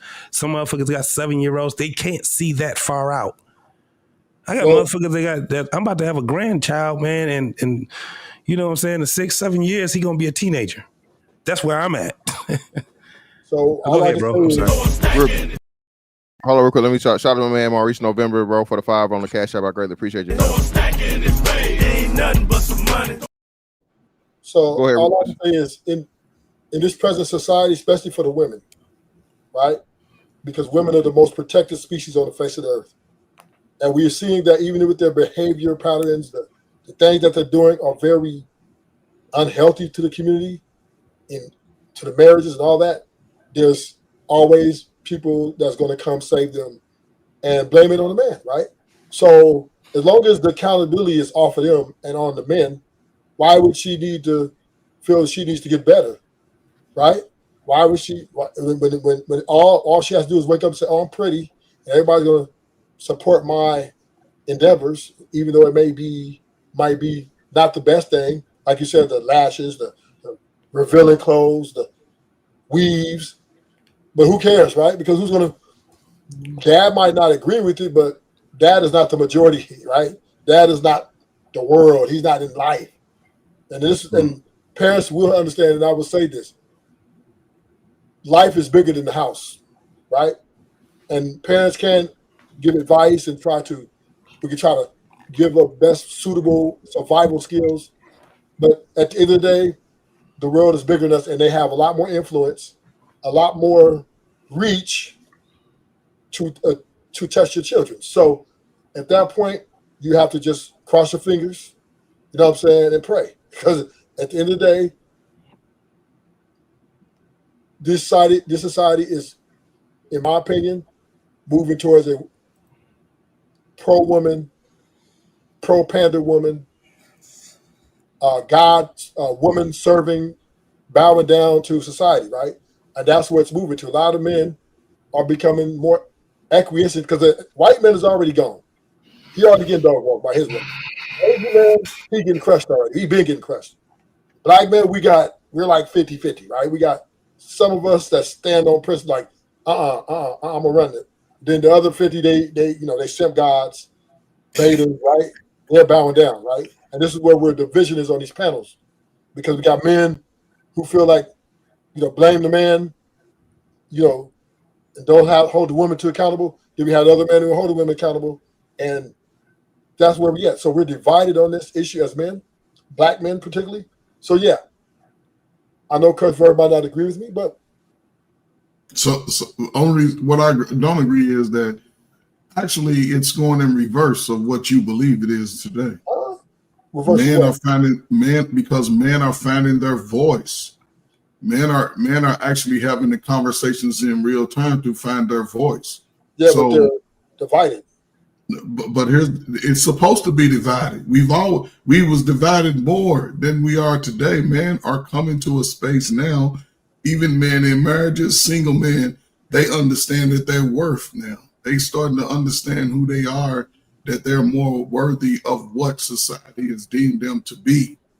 And the women, of course, they've been running rampant all your life, all my life, but they outdated. Those women our age, they already done. But the younger women, they're looking at that and moving differently, is what I'm saying. The young men are moving different. A lot of these dudes ain't going in listening. Ain't no more, they ain't listening to Keith Sweat. They ain't listening to that. No, but they're still acquiescing to women, right? Women are running. No, they're acquiescing to the coochie. Let me all dudes acquiesce to the coochie in their 20s. Women are running the date market. Women are running the marriages. They're running the date market. Man, what makes you think every man is not every man? Maybe a small percentage of men might run their marriage. I doubt it.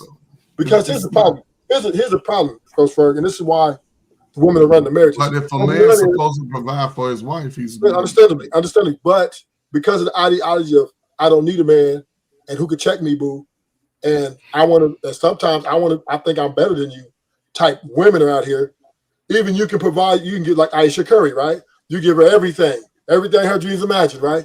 And she still says she wants to get eye fucked by 100 niggas that walk by her because she just wants to. And your mama be sitting there, she don't care. I want to get eye fucked. So, but ruthless. So let me finish. So what I'm saying is this: women's ideology is they think, and they're becoming a growing majority that think they're better than men, and that men is built to serve them. This is why they are exhibiting these behaviors in the dating market by what? Making the men succumb to their demands, to their expectations. If not, they're dismissing. So they're running the dating market with ease. And you can't even, and in the marriages, we already know they're running that. That's not even we ain't even going to get into, the courts, family court system, divorce rate and all that. I can't lie about that. This is the thing. the marriage part, that shit is very risky, bro. I can't even argue that right now. It's a very risky thing for even with women. I'm thinking, I don't understand how people don't understand how risky that shit is. I understand when somebody sit back and say it's just a bad fucking, it's just a bad deal.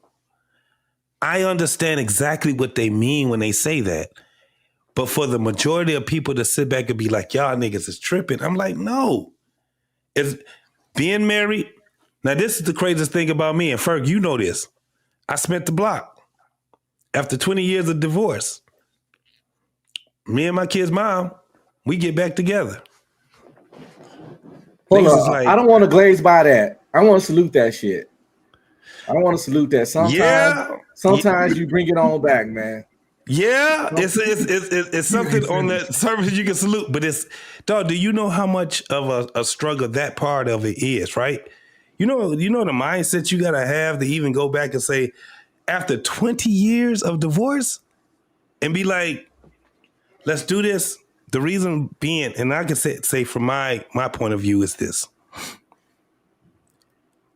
When I really thought about it, out of all the shit I went through with her, that's the only motherfucker, out of all the relationships 20 years worth of relationships I had, I said, I don't trust none of these bras other than her. You know why? Because she was still always there. Reason being is because she had my kids. Not only that, it's because she realized that wasn't what she really wanted.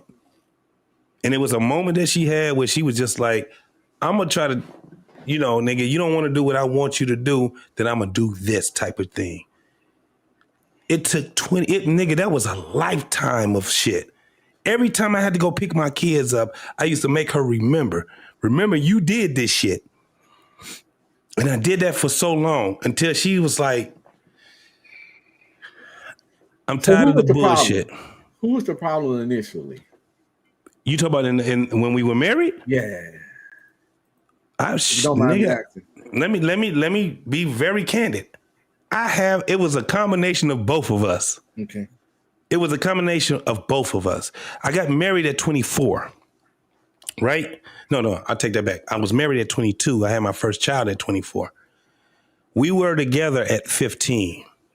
I went to the military at 18. You down there telling my life story. Need I say anything more? Yeah, because I was in the Army for 15 years. I went to the Army. We didn't get married until I was 22 years old.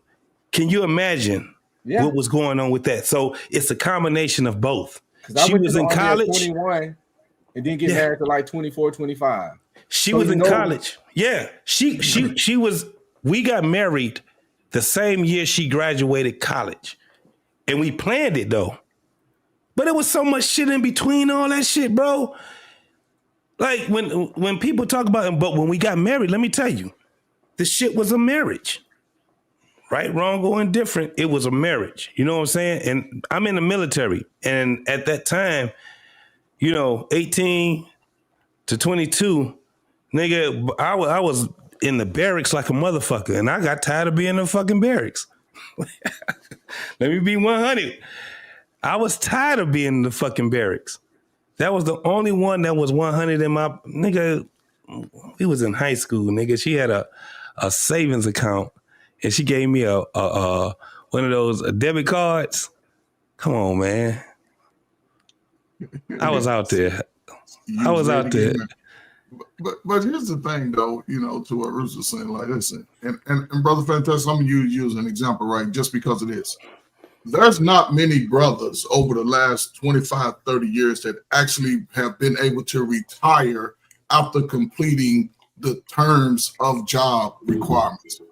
Retirement on the job is 20 years, right? The fact that brothers like him in this rare company that you can be in your early 40s and have already completed a career that can go into another career. Everybody else outside of that, 99% of them niggas is broke. The women are broke. The men are broke. So two broke people complain about what they ready to lose is amazing to me. Yeah. But you can build together and be splitting that shit. Everybody, ain't nobody 25 got a career that they ready to retire from. That's somebody that's got something to protect. I've already got my, you know what I'm saying? That's those pensions. Damn it, I'm protecting mine too. Ferg, this the craziest part. So, I don't know. You can retire because that was sold me. You can retire at 38, 39 years old. Yes. Facts. That sold a nigga. Yes. A lot of people don't know what the fuck that mean. That's why when I be saying Mr. Fantastic, I be like, nigga, yeah, that's fantastic. To be able to stay on course and to be able to do some things like that, going through all the things that you go through, teenager, then a young adult, then you get a little bit older, and you just stay focused. The job is a motherfucking job. And the thing is this. Women, they fuck around, and once they see that you stayed on course, that's what make them say, I'm going to try to get this nigga to spin the block. Because they see that, oh shit, I'm getting older. Shit is getting a lot more serious. This shit is fucked up. You know what I'm saying? So when you got nigga 38, 39, retiring, get the fuck out of here. How many people know about that? Very few people. That's why, that's why when Fantastic was like, nigga, I'm out. And I did. And I be hearing niggas saying some fuck shit to it. I be like, y'all don't understand what that actually means. Man, listen. God damn. I go to sleep when I want. I wake up when I want. I got out at active duty 2015. I got out the reserves 2018. I worked some I was going to college while I was in the reserves, getting the post 9/11 money, 70% disability and shit. So I was doing good. I was getting like $1,900 from college and another like $1,800 from disability, all tax free. So even just going to school wasn't broke, Bro. Shit. And then I finally got, and I was working like warehouse logistics. So I was doing warehouse management jobs and shit, getting 55, 60K for those with the disability and school money and shit like that. So I was getting bread. Then about 3-4 years ago, I got the 100%. Bro, and sat my ass down, bro. I stay, hey, look, and I'm gonna tell y'all just like this. I stay kind of quiet. I stay kind of quiet with that shit. I don't really want to put that shit on these streets right here. But nigga, when you get to Hundo, fuck what they talking about. Fuck what they talking about. Fuck what they talk. Hey, look, Fantastic. I heard when you said it. I was like, I hope we don't mention it no more. When you get to Hundo, nigga, shit. Can't nobody say nothing else to you. You dig? Now, I could work and get more money, but I like that freedom. Yeah. That clocking in shit for the bizzards. Yeah. Hey, that's the same mode I'm in right now, man. I'm looking at some. I'm starting to retest the job market and shit, just for the year depending. But it's got to be something that I want to do for sure. Yeah. So that's the biggest thing. You know what I'm saying? So yeah, that's the biggest thing, having the freedom and having the to where you don't need the job. You just bored or you want the job, the extra bread. So that's real important. But bro, again, it's funny to me, and that's one of the biggest issues. And so many of you brothers said the same thing. Shout out to JT, shout out to Coach Ferg, and of course, Unc be streaming, bro. Niggas look down on the military shit when it's less like, bro, like nigga, that's literally the easiest. That's the easiest way. That's it's literally a cheat code of life. Like it's not just even that, because right. So, I told the story before. I'll tell it right. So my last 4 years in the military, I got fucked over. I got this motherfucking Elmer Fudd looking ass chief that didn't like me for whatever reason, so on and so forth. He hit my ass upside the head with a motherfucking eval, right? And I still at that point didn't know that a motherfucker could put some shit in the eval and word it to make it seem like you a piece of shit or some shit, right? Yep. So when I got to my new command, the master chief looked over the eval. He was like, well, was you beefing with his chief or what's going on? And so on and so forth, right? And he pretty much let me know that, like, hey, yeah, man, he basically called you a piece of shit in his eval. I was like, okay, well, it's understandable because he's a bitch, right? And he didn't like me. He was like, he was like on some little fella Federation shit. So from that point on, though, that's when I got into the YouTube shit, and the bread I was getting from YouTube and other shit I had going on, I was making the next pay grade money, if not more. You feel me? So I didn't give a fuck. I didn't care. Like, if you think you're gonna keep me down, you think you're gonna stop me. So that's when I laugh at niggas. They're like, oh, well, you just retired as an E6 or whatever. Well, motherfucker, you know the Navy retires the most E6s of any branch. I got out as bro. E6. You know what I'm saying? Shit not like. I got out as an E6. I got out as an E6 too. No game in my game. So you know what I mean? That's the shit niggas be saying, bro. But niggas say shit to try and belittle it, and I'm like, bro. Most niggas can't even make it through basic training. Yeah, man. But like I said, at the end of the day, the average cat can't make it through basic training. That tax-free none disrespectful to say for anybody that money, nigga. Come on, man. I have none disrespectful. Hey, let me say this. Yeah, let me say this. That's why one of the reasons why I kind of like this type of spinning the block thing.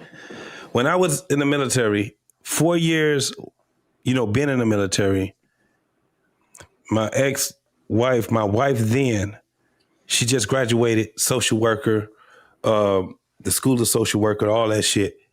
And I brought her along with me. Dog, do you understand? She got a job just like that, working for the motherfucker DOD. To this day, we talking about 30 years later, she getting ready to retire because man, that was one of the reasons why when I spent the block, she was just like, it just makes more sense. I was like, I don't like your ass. I can't stand your ass. And she was like, we got to get past this shit.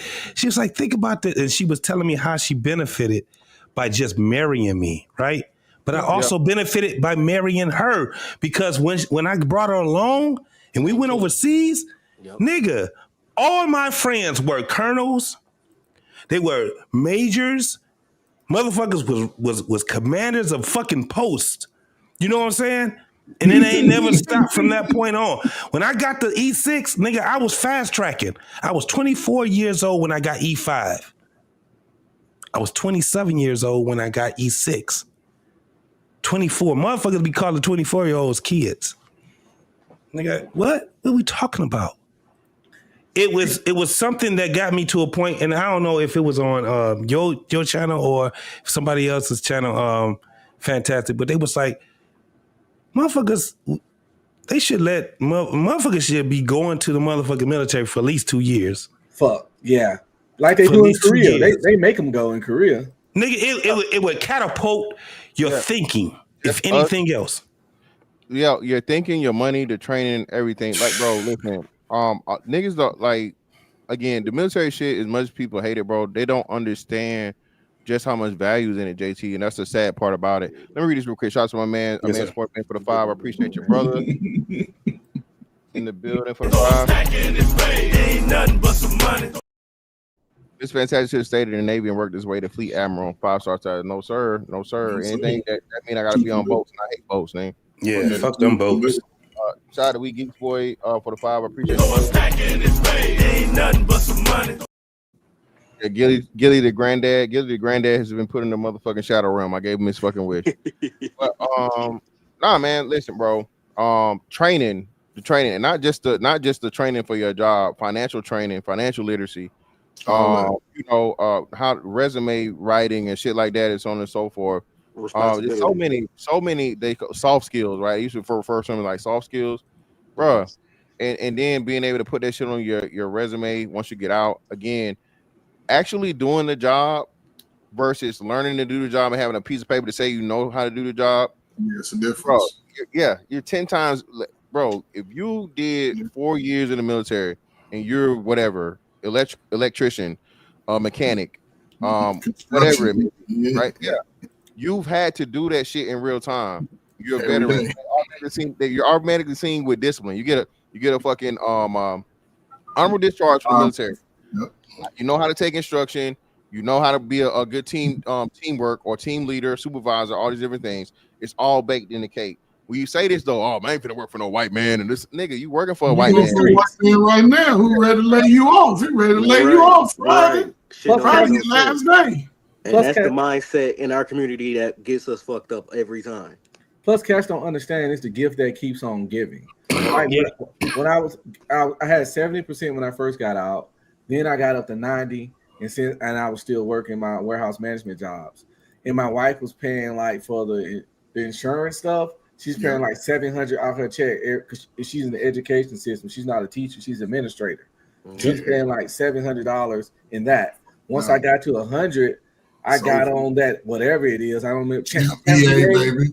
Champ VA. Champ Come VA. on. There you go. So that's free medical for my spouse. That's $700. I pretty much saved her immediately. So bam, more money in the account type shit. And then I got a son going to college now. $1,500 a month. I got two, and another son going to IT school. They both getting checks. They getting paid to go to school, and they getting checks to go to school. And I take a 15% finder's fee from each one. Just because that's how I roll. Give me your financial aid. That's my. They still fill out their FAFSA. You still have them fill out their FAFSA, don't you? Nope. Yeah, fill out that FAFSA because that's money they get too. They fill that out. Yeah, they don't do those, but man, you better fill that out. That's they definitely qualify. He's telling you they definitely qualify. Yeah, I look into it. So yeah, so they getting like $1,200 a month straight up, and they both of them work. One working at Amazon right now and going to college. The other one a mailman and going to IT school. But I also give them that $1,200 a month for school money because I take my 15%. I just do it for jokes. Yeah. Even my wife goes to dinner with that shit. I ain't even gonna lie. So hey, look, let me tell you, this is how crazy things go. My daughter right now, my youngest daughter, she's going to nursing school, right? And I'm so glad, Mr. Fantastic, I saw your live when you did the whole thing about the whole thing in the nursing program and what happened with that whole thing where they got it to a point where they technically made it not a professional thing and all that shit. Mm. I didn't have an understanding of it because my daughter, she was tripping. I was like, nope, that's not how it is. I had to refer to your link. I referred her to a couple of other links that was explaining to her exactly what that meant. Because my daughter was thinking, because she's trying to be a nurse practitioner. And so her whole thing was like, they just telling us we're not going to be professionals or nothing. I'm like, no, you tripping. You need to understand exactly what this is all about. Now, this is the craziest thing. She works for veterans. Mm-hmm. My daughter works for veterans, and I'm telling her that, listen, you need to start being a little more, you got to start looking at things a lot more. Quit being reactive, right? Stop being so reactive when it comes down to things. Read. And it's really easy now for motherfuckers to understand shit because you don't have to even read with your eyes. Nigga, you could sit back and you can AI that shit all goddamn day. And the thing is that when it comes down to it, if we want our people to be better, we got to start looking at a point of, listen, we got to help them. Like I said, when I led with it earlier, I got a 24-year-old. Oh, well, she's about to be 24, and I got a 29-year-old right now. I want to have the conversation with them. It's, how I use being on panels and having this motherfucking shit be conducive to me and my family, actually to listen to motherfuckers that know what the fuck they talking about. And I'm happy that I'm connected to people like that. That's one of the things that I said, damn, y'all motherfuckers talk about how, how the internet is fucked up. No. It's not just fucked up. It's what you're looking at. Because it's not only fucked up, but it's also great. And you can learn a lot of things on this shit. Social media. I'm legit, and I learned from all of y'all. God sent than anything else, bro. I learned from all y'all. Yeah. We learn from each other. Bro, it's so funny remember how motherfuckers used to sit back and they take what they took from the motherfucking news? They didn't have us to sit back and say some things and then they'd be like, yeah, let me go ahead and look into this. What was it? If we said some shit to our people and they heard it on the news, they thought that whatever was on the news was authentic. That was it. That was it. Now we the fucking media, and I keep telling people that. That's a fact. We the goddamn media. That's a fact. You better learn how to do. You better learn how to navigate. Because we the motherfucking the media. We're smarter than people gave us credit for. Most definitely. I'm a baby. I'm only 30, and I learned from all y'all. What y'all put me up on game is how I go out here in this world. You know, whatever y'all say, I absorb it. I take all y'all jewels, and I just put them shits back in the world. And at the end of the day, it helps me out because what y'all saying is the jewels that y'all dropping is be responsible, dig discipline, worry about yourself, get your shit together, and keep it moving. Don't be highly emotional. Stay logical, stay rational, stay stoic, and keep doing what you got to do as a man. So that's what I've been doing. I've been applying myself. Hey, fantastic. What made you say I'm about to go all the way on the whole social media thing? What made you do that? It was just a lot of thoughts in my head, man. I've been doing this shit on Facebook for some time, right? When everybody had a Facebook page, I was just talking shit or whatever, saying what I want to say on the Facebook. Then I learned about the YouTube shit through the manager, right?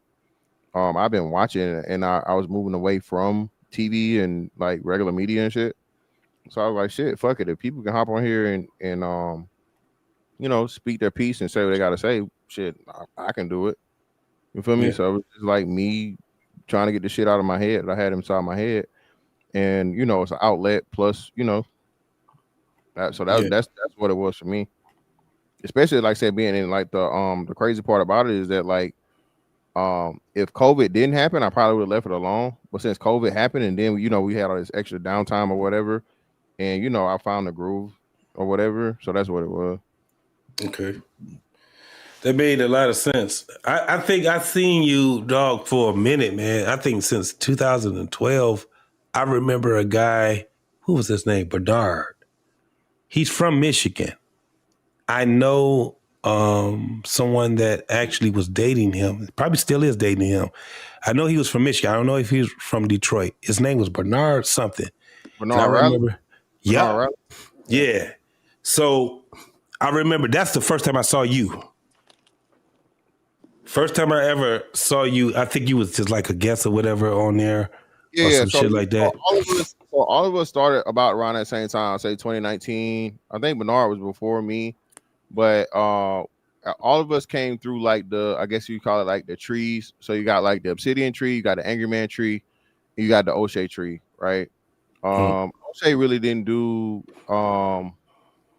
what's the name? He had the Sunday Rumble, and O'Shea was like more solo. But people, Obsidian had an everyday show, so people will pull up on Obsidian and say a piece or whatever. This was like in the I always forget the name of that shit. Hangouts, Google Hangouts days. This is before StreamYard existed. So everybody would go over there and talk shit. Oh, and then you had the BGS tree, right? The BGS shit. I remember that too. Four main factions because Kevin Samuels wasn't even a main thing. He was a floater. So Kevin Samuels floated between BGS and Obsidian or whatever. Then he had his own thing, but you know it was what it was. So that Bernard Riley was on that, and then for the new niggas, like the king of the new niggas was like Ramil. So Ramil was like younger niggas and shit or whatever, and Ramil had his own thing, and all of us once he started, because he was like an off and on dude, he just did it whenever. But a lot of us that came through that then you know migrated over to where he was. And we just was like the new motherfuckers. So they was, you know, this whole big thing where they was calling us like 3.0 or some shit. Niggas got mad because they was calling us 3.0, even though we didn't call ourselves 3.0, somebody else did. And we just took it from there. So I think it's a few people that still, I guess, from my circle, my era that's left. It's not many because Ramil's done. He pops up every now and again when he does. Other motherfuckers not really streaming like that. I think Uncut Underground, I don't know if he still streams, but I know he's still around. But other than that, it ain't even that many people. Bernard's done. Bernard Riley, he got a channel and shit, but I ain't seen him go live in like over a year for sure. So I think right. He's right here in Michigan where I'm at, right? Yeah. And like I said, I know somebody that he knows, and I remember I met him, and you know, indirectly I met him and whatever, and then I saw he had a spot, and I used to watch it. And so the first time I saw you it was a nigga with a chess piece that was trying to talk shit to you. And you checked out on that nigga. I was like, this was like 2012, 2013, something like that. No, none of us that go that far back. It was like said 2019. I went. Yeah. It was. Look, I've been in this space for a very long time, so it, I was a watcher for what's name. I said I didn't even start out over here. I started out watching like Chronicles. I didn't even know none of the live stream shit was real. I didn't find about none of the live stream shit until like 2019. Yeah, so, yeah. That's it. What's the name, man? But ultimately, bro. Like I said, I know for a fact this shit is changing. A lot of shit is just that people want to always take away from it because it's not a night and day thing, which is never gonna be. Yeah. Because a lot of the thoughts, concepts, precepts that we putting out here, bro, is new shit. It's foreign to niggas. Niggas still believe to where oh man, don't say nothing bad about my mama, man. I'll kill you, type shit. Like come on, like my mama can't do no wrong. My mama did the best she could with what the little she had. My nigga, that's cool. All right, your mama fucked your mind up, your brain up. And all she did was you did all the shit she had to do to keep from going to jail, my nigga. That's not applicable, man. So again, you start saying a lot of this shit, man. It takes brothers time to digest it and adopt it. But I mean, like I said, and then you guys saying the same thing. I said this too, and a couple other brothers said this, bro. This is a crash course, doctorate level information on being a black man, bro. That's what this shit is, and what make it so. And the way we know that's what it is because everybody's still in the sauce. Yeah. Shout out to Jap. I heard Jap did a live. He took it down, so I won't go into details. But Jap talked about just how many people that like these big name people, these big name social media content creators and shit, for a fact is your shit. You know it because you're the only person that say it. Yeah. Right. So again, man, it just takes time. Again, it was like was it Galileo, right? Mm-hmm. A lot of people know this, but Galileo, the guy that pretty much laid down the Earth orbiting the sun, not the other way around, not everything orbiting the Earth. Mm-hmm. They labeled him a heretic. Did right? they kill him? Well, they didn't kill him. He died. He ended up just dying in his house. He's like pretty much on house arrest. And the funny thing about it was, in the middle of his thing, he recorded the shadows or whatever on like coming through the house or whatever that proved his point about, you know what I'm saying, pretty much like the shit orbiting whatever and around the sun and not the sun orbiting around the earth. Yeah, man. So again, that's a lot of the shit that happens in this situation, bro. Whenever you're somebody that brings up a new concept or a new ideology, especially with something where people have been literally that's all they known all their life, it's bound to happen. But the one thing about the truth is the truth, and it can't be, it can't be denied. And eventually you don't have to. Some people hate and fear change. And they keep trying to like squash down certain people and certain content because it challenges them and it reminds them how fucked up they are. Like if they hear certain shit, they gotta face that they might be failures at something. So they try to like, Manosphere this and red pill this and that. It's all just talking about women, fussing, hating women, and they try to like fucking discredit everything about it because the real truth is if they accepted it, they would have to step up, and that's terrifying to them because a lot of them are incapable of it. Like I never understood why so many dudes hate the concept such as self-improvement. Get off your fat ass, work out, get your money up, work on your hygiene, work on your grooming, become the best version of you to get the best outcomes you want. They never hear when any Manosphere red pill guy say that stuff. All they hear is the random red pill ragers out there, which actually are the minority. The dudes that just raging are the minority. Now you got some dudes that say stuff about women, but every critique isn't a rage. The ruthless troops out there are actually the minority, and that's just the truth. But they use them to encapsulate the whole group to justify why they ain't gonna follow it. But I just tell them at this point, if you got all the answers, but you got none of the outcomes, let's see how it work out for you. And I don't even like try to convince. I'm done convinced. I've been done convincing women of anything. Like I just got off a panel tonight. As soon as a woman came up, I left. I don't do panels with women anymore. I refuse to, because I already know what it's gonna be. These certain conversations not for them. I can't even talk about movies with them because some kind of way it's gonna turn to something weird. So I refuse to argue with any woman that another nigga left. Why would I argue with somebody else's baby mama? He didn't even want it. He didn't even want to argue with her. So why am I arguing with her? Why am I arguing with a reject, a non-select woman? Think about it. When people be on these panels arguing with women who a dude had hit raw, so he got the best feeling of the coochie, skidded in her, put a baby in her, and disappeared on her. But now I'm arguing with her? It makes no logical sense. So, fellas, start arguing with somebody else reject baby mama on these panels, bro. It's insane. It's insane. And stop arguing with men that don't want to accept certain stuff. Let them just fail. Just let them fail. Hell, let's let them. Yeah, I ain't Batman, Daredevil, Superman, none of that. Green Lantern. I can't save nobody. Listen, I'm gonna say what I say. If you don't fuck with it, then cool. You know what's really fucked up about save yourself. Yeah, so you know what's fucked up when a black man fails? Don't nobody give a fuck. They don't give a fuck.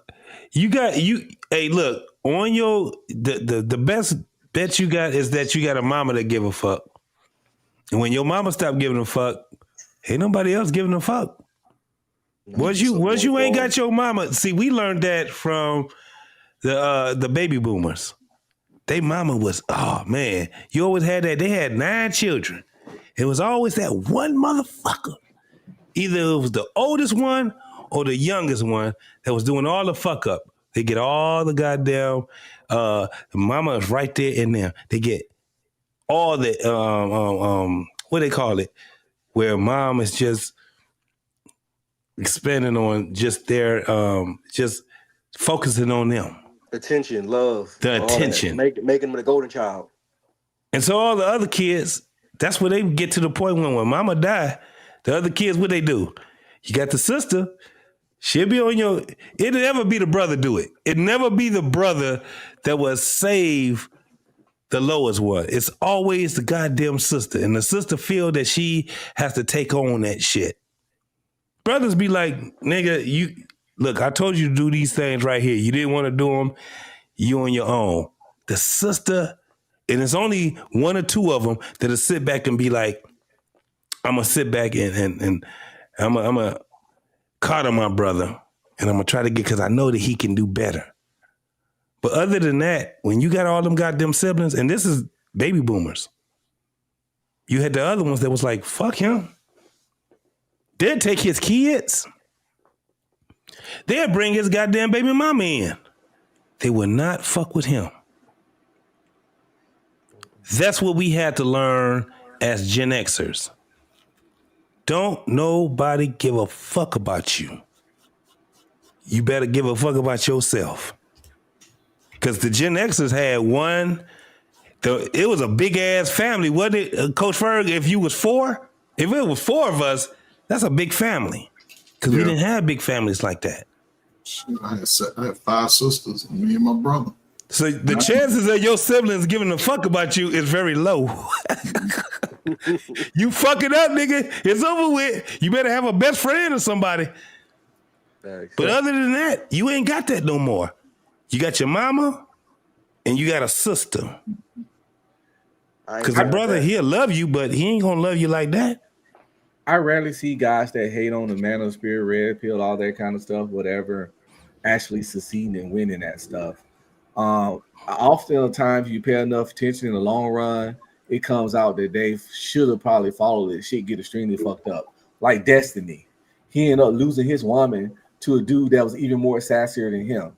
And he was like, you know, super against everything like masculine and male related.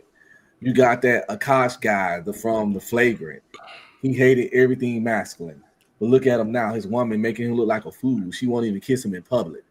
So it's like a lot of the guys that hate the stuff, hate everything. It backfires on their ass. Exactly. It backfires on them. Exactly. It backfires on their ass. But you shouldn't be surprised though, because you gotta understand, all of my life, JT's life, and definitely all your life, we've been under the feminist mindset. That's a fact. As a culture, we've been under that. We grew up, we were born into it. You know, put the woman first type of mindset. And this is why I appreciate now. I'm out the game. You niggas in your 40s, y'all out the game too, but y'all still holding on. But the younger men and younger women, especially the younger man, the fact that they can get this information about loving themselves, taking care of themselves, going out and creating for themselves, getting out from up under their mothers and aunties, monkey paws, and you know, seeing all that bullshit that they don't need to see, especially in their younger years. It's really giving them an opportunity, I think, that we didn't have.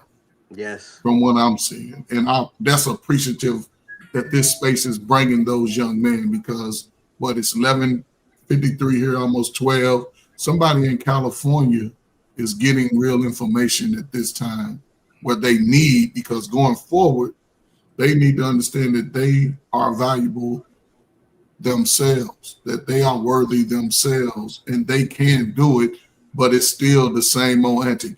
You got to be willing to put in the work. Facts. You do need to understand that they can have fun, enjoy themselves with or without women. Yes. You can't love yourself if you just don't love being by yourself. I remember when Mr. Fantastic take trips and travel, I remember little certain hating dudes talking stuff to him because he'd be traveling solo. Man, I used to travel solo all the time. First of all, listen, all my trips were solo. Well, I do my family trips, but I go to Manhattan by myself. I go to Vegas by myself. I done been to Denver by myself. I done been to LA by myself. I've been to LA with a homeboy. I've been to New Orleans with a homeboy. I've been to New Orleans with my wife. I travel by myself or with homies or with the family. Yeah. But it's like you traveling, I remember seeing like you traveling with the women out, you sitting there, it's your birthday, blah, blah, blah, all that weirdo shit. Like, dude, you don't know what a person doing. I ain't finna show you everything on camera, first of all.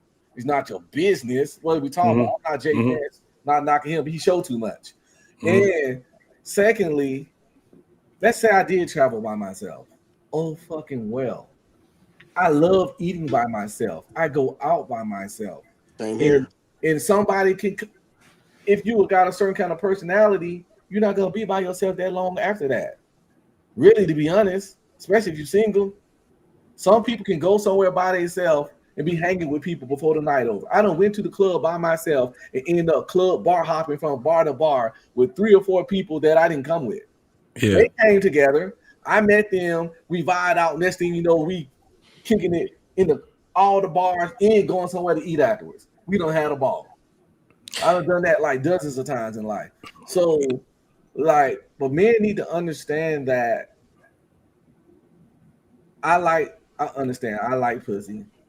Excuse me, I don't like her. We all like Kudakata. We all like the company of women. But these dudes got to understand that it's more to life than just women. Get your money, get your health. When the last time some of these tests had a physical? When the last time they did some bad work? But they worried about poom all day. Probably got high blood pressure, high cholesterol, everything. You got some cats that never even had a panel done in life.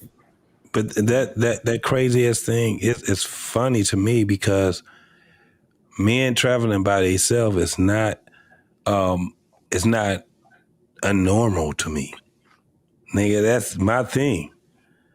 I would be I can't man, I ain't got enough fucking fingers and toes to tell you how many times I done been across the world, let alone across the country by myself, and I had a great fucking time. So when I do see a Fantastic doing what he doing, I'll be like, yep, that's how we get down. That's how it is when you go out there and you got, this is the thing, you got money, you have, you know what I'm saying, you have you got enthusiasm behind you first and foremost. It's motherfuckers that ain't got no enthusiasm and they got money.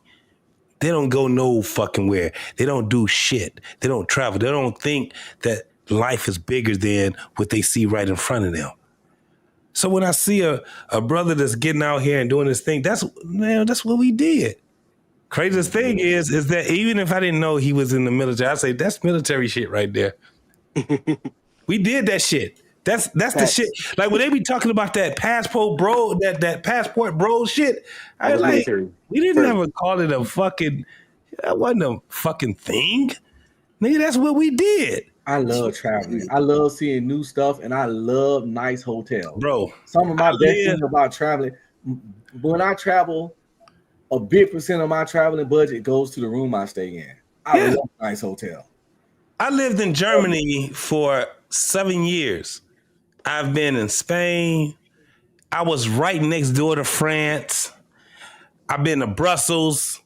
I've been to motherfucking Hungary. I want to go to Germany. If you don't know anything about Budapest, y'all niggas ain't you missing some shit. I done been all kind of places now. Now that we done set back, and I used to be in Operation Joint Endeavor, and that was in the former Yugoslavia. The shit you can actually go now, and that motherfucker is a place where you can go tour now. When I was there, all the fucking apartments was blown in half. Yeah. All the goddamn y'all. I don't know if y'all old enough to know what a Yugo is, but that's where the Yugo used to be, Bosnia. And I remember that shit. It was $5,000 for a brand new in the 90s, 80s and 90s. $5,000 for a brand new Yugo. That shit was crazy. Everybody in Detroit had one. That motherfucker, it was like a disposable red cup. That shit ain't gonna last long. You better ever get as many miles as you can off that motherfucker. But that's what it was about. So when I do see motherfuckers that's out here doing their thing, I just came back off of a trip. I try to do it as much as I can, right? But I don't make that my motherfucking job. These motherfuckers sitting back thinking, they try to make it seem like, and it's mostly the women. They out here in Dubai and all these other places. You can't afford to be there. I know how much money it takes. I know how much money it takes to go from Michigan to fucking Florida. Let me tell you ain't even got enough money to take that for a week. Let me tell you something about these traveling women. Because I know several traveling women that I know them personally, and they got normal jobs. I ain't gonna do all of the Dubai shit and pissing on stuff. I'm not even gonna go there. But they when they take these trips, they take a picture of everything except for the dude on top of them that's sponsoring that trip.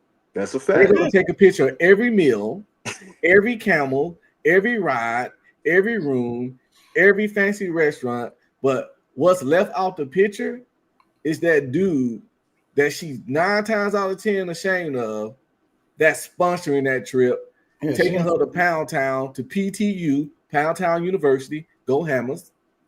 The whole goddamn weekend they on this trip. They never show him. I'm gonna tell you what, if I was single and I was doing that, I'm gonna be in them damn pictures. Yeah.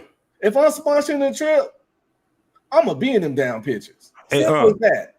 Ain't no way. I don't do that kind of shit, but if I was, God damn it, I'm gonna be in them damn pictures. They're gonna know who taking you down. Like, your little fans gonna know. Hey, fantastic. Do y'all have international driver's license? Driver's license? Get on it. Get on. It don't take that much.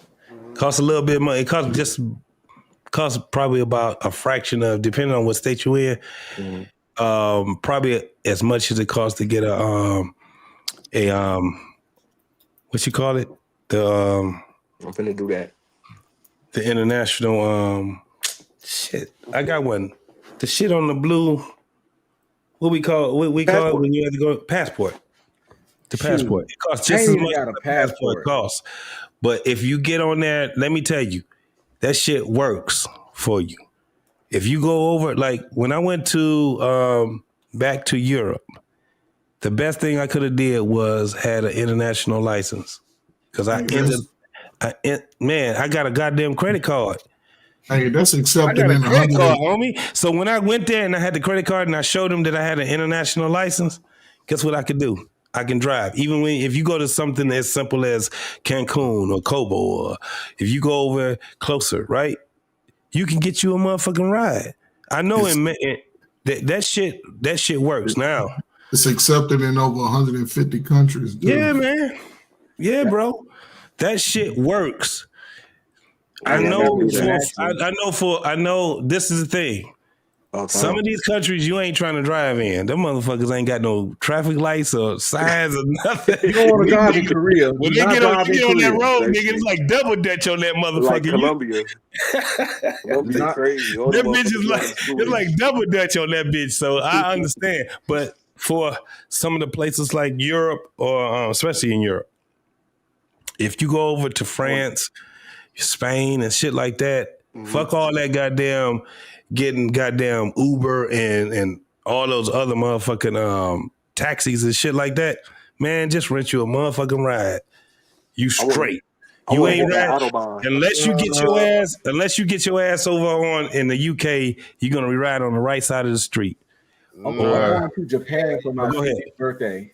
Yeah, you gotta have a certain level of driving, bro, for that. So if you're not a great driver, I would not suggest driving overseas.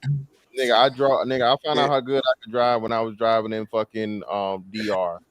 Yes, DR, Bodos, what's the other one? The motherfucking all them niggas do not give a fuck. They ride, dog. Bro, if you ain't good at driving, just take a ride share or a taxi, bro. Uber's just set like fairly cheap, but like I said, I use another one, Brazil. No, nigga, I'm not driving nothing in Brazil. Hell no.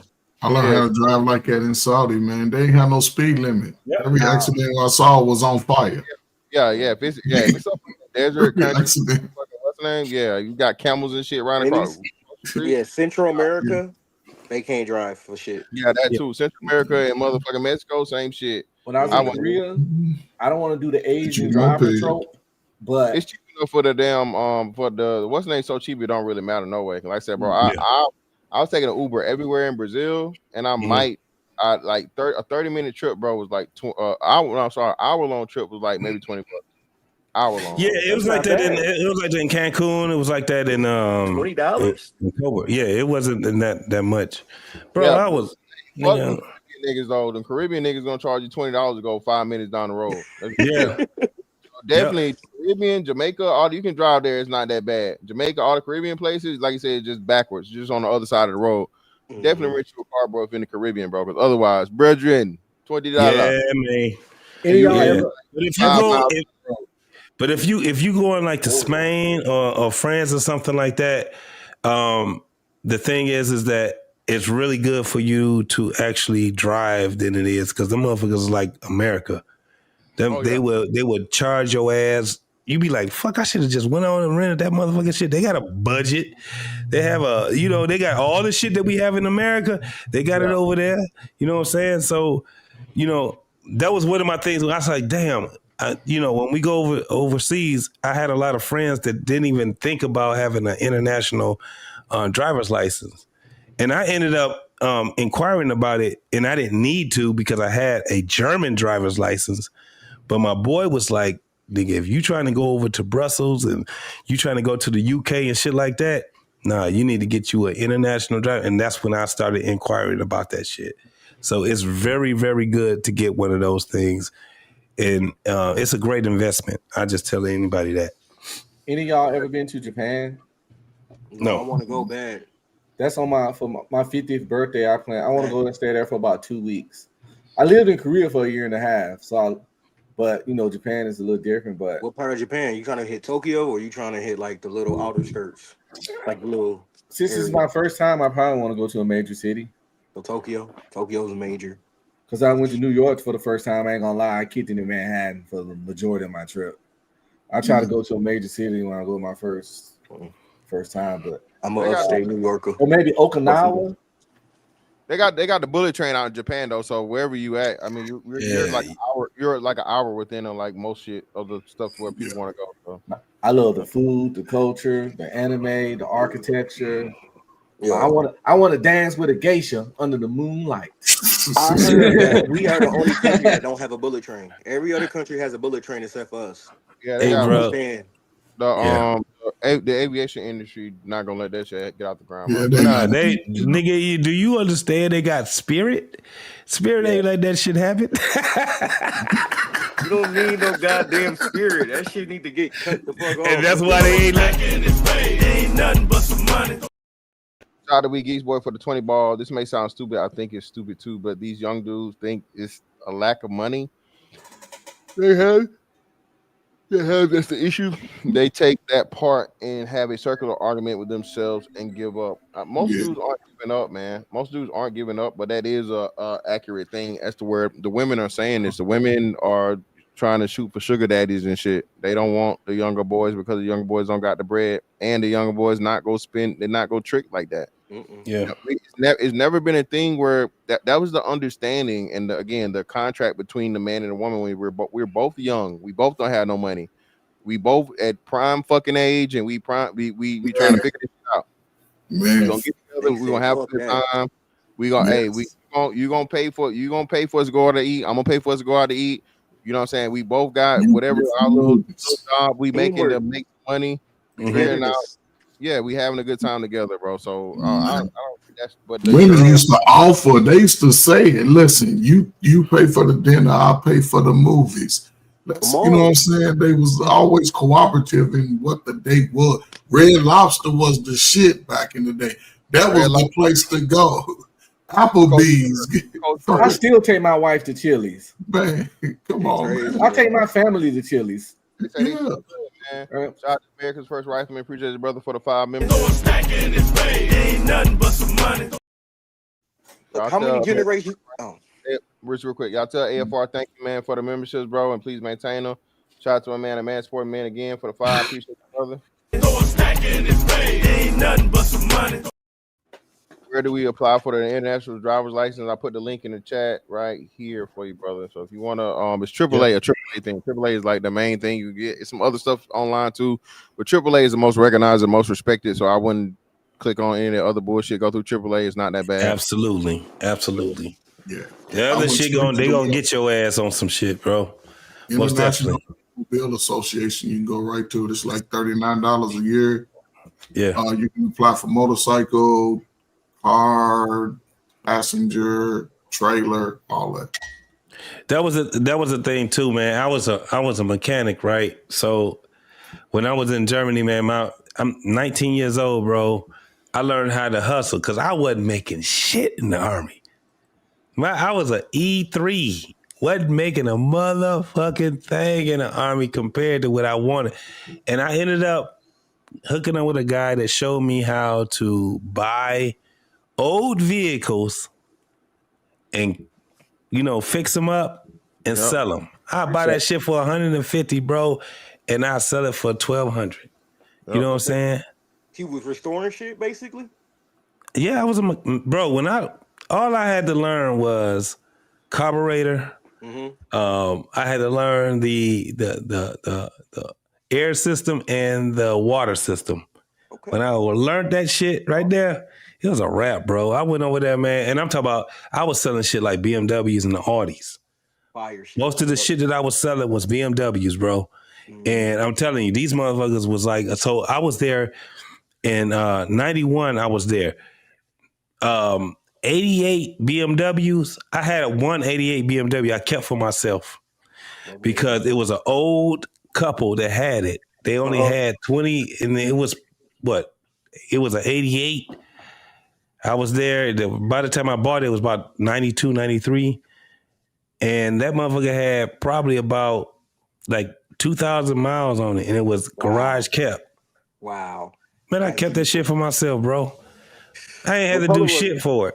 What color was it? Blue. It was a midnight blue, and it had the wheels on it was BMW wheels. That was crazy. It was the same thing with Mercedes-Benz. They had their own rims. So, you had Asconas and you had other vehicles that were just as good. But man, when I tell you that BMW, that was the shit. BMW is what? Our Chevy? I think it's like Chevy is our number one go-to vehicle, or it used to be our number one go-to vehicle. Ford was until Chevy came on some other shit. Okay. That Liberty wasn't shit. That Ford Liberty was shit. You know what I'm saying? And then you got the F-150 versus the Ram 1500. Mm-hmm. The 1500 niggas like it's a little bit more expensive, but that 1500 got that F-150, but Bro, you can afford the motherfuckers in Canada F-150. still drive Excursions? Yeah. Like that shit is crazy. I saw. I'm 15 minutes, bulletproof bro. Excursion. I'm 15 minutes away. If I stayed downtown, I'd be 5 minutes away from Canada. I'm 15 minutes away from Canada. So I know exactly what you're talking about when it comes down to that. You know what I'm saying? Mm-hmm. So, yeah. Yeah, I went to school for automotive technician too. I got to get back into that craft and that hobby because I love cars. And you just going to be fixing on goddamn cell phones now, nigga. That's type shit because all this shit is computerized. You're right. Now. This shit is computerized. You're gonna be fucking around with this and cell phones. You're gonna have to fuck with the cell phone shit now. You dig? Most definitely, man. I got a message for the young fellas out there. Don't be stressing y'all self out to worry about dating broke shit. Don't stress y'all self out about finances to date broke women. Hey, that's a good thing. Hey, listen, that's a good thing that you came up with because this is my thing. Man, it's so many damn broke bitches to be acting like they try to have the same concept of bras that actually have some type of visceral, right?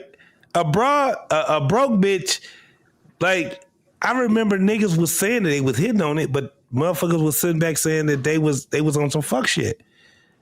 We should never fuck with broke bitches. Ever. You gonna get done, dog. They gonna do you as they gonna do you in. Now, you don't need her to give you money. If she could, that's good. But at the minimum, she need to be able to take care of herself fully and 100% functional like an adult. I mean, all that. My homeboy out here dating. He got divorced about 2.5 years ago, and he on the dating app. He showed me. He sent me a screenshot because I get a lot of my current day information from him, and that's how I'm able to do certain shows. And he give me ideas for shows because he out there doing the field work. And he messages the girl, "Hey," she said, "Hey." He said, "How you?" So he asked her, "How you doing?" And she said, "Not that good." And he was like, "How are you?" And he said, "I'm doing okay." He was like, "What's wrong?" And the next message was, "My lights are off." Nigga, I'm at the library with my kids. I don't know what I'm going to do. He said he left it right there, and then after a couple hours, she unmatched him. Let me tell you. Do you know what we call that? We call that dry bagging. I don't even know if that shit dry. That shit was wet. I'm saying, and I'm like I said, I'm from Michigan. I'm from Michigan. One of the things that niggas from the D would tell you when a bitch sit back and they tell you some shit like, I wish I had somebody to help me with. We call it dry begging. Yeah, because they not trying to beg. How you doing? And she say, not good. She getting ready to dry bag, bro. Yep. She about to ask or something. That's crazy. That's the world we living in now. A lot of these cats dealing with. They gross begging the stallions.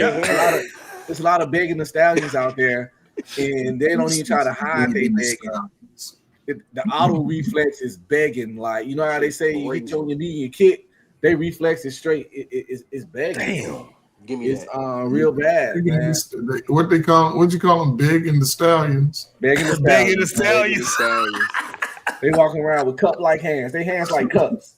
They just got them out. I need more groove, sir. Yes. That's Please, what it dry. please, So governor, a lot of please, people. Governor, can I have more food, governor? So that's the difference between somebody that's begging and dry begging. They would sit back. A dry beggar is somebody that would sit back and tell you what their situation is, right? Hoping that you are going to say, "I can help you." That's a dry beggar. I mean, like a simp god. What you Lead and them they bitches. hope they got a simp god. Listen, again, hey, man, God gives his strongest mission to his toughest soldiers. It's that way. about it. Yes. She'll figure it out. That's a no, man. I teach like my son, hey, bro, she come to you, the first thing she come to you with is for you to help her out of a hole. Baby, your hole ain't worth it. Let me move on. Peace to out. How much you run across that Fantastic since you out here in the street still? Bro, listen, I told us, well, y'all probably won't hear. I told a story about it, bro. This chick, I was at Cheesecake, right? You know what I'm saying? Sitting at the bar, chilling and whatever. These chicks come sit down to me. Just Be right back, bro. So Shawty sit down next to me, you know, she you know, she cheesing, she flirting, she whatever. So I get her number. I don't hit her because she hit me. I'm not, you know what I'm saying? I'm not really interested or whatever. She was average. She wasn't none, you know, spectacular. But she hit me up, bro.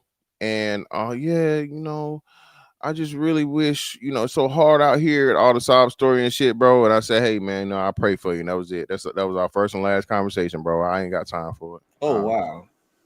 Like I said, I'm out here on my own, baby. I'm not taking on no fucking charity case. And on top of it, like I say, you ain't now, nigga ain't gonna front. She been motherfucking 8, 9 a dime. Nigga might have been like, hey, Shawty, well, you know what, we might, hey, you know what I'm saying? But nah, come on, you know the game, bro. Yeah, they're a little more brash and a little more bolder nowadays, you know, with asking for money. Shameless. I'd be offended though, Coach Fur. If it's like a bad bitch, I can accept it. You bad. So of course you used to niggas, you know, I ain't gonna say that pay to play, but at least niggas, you know, putting a down payment on just fucking with you. I can respect it, and I joke with a bitch like Shawty, I can respect it, but you know, that's not my ministry. I don't believe in that. Now we can chill, we can whatever, so on and so forth. But me just giving you bread off rip, you know what I'm saying? That goes against my principles and my values. So what are we doing here? And usually what that, you know, I apologize, is not like that, la la la la.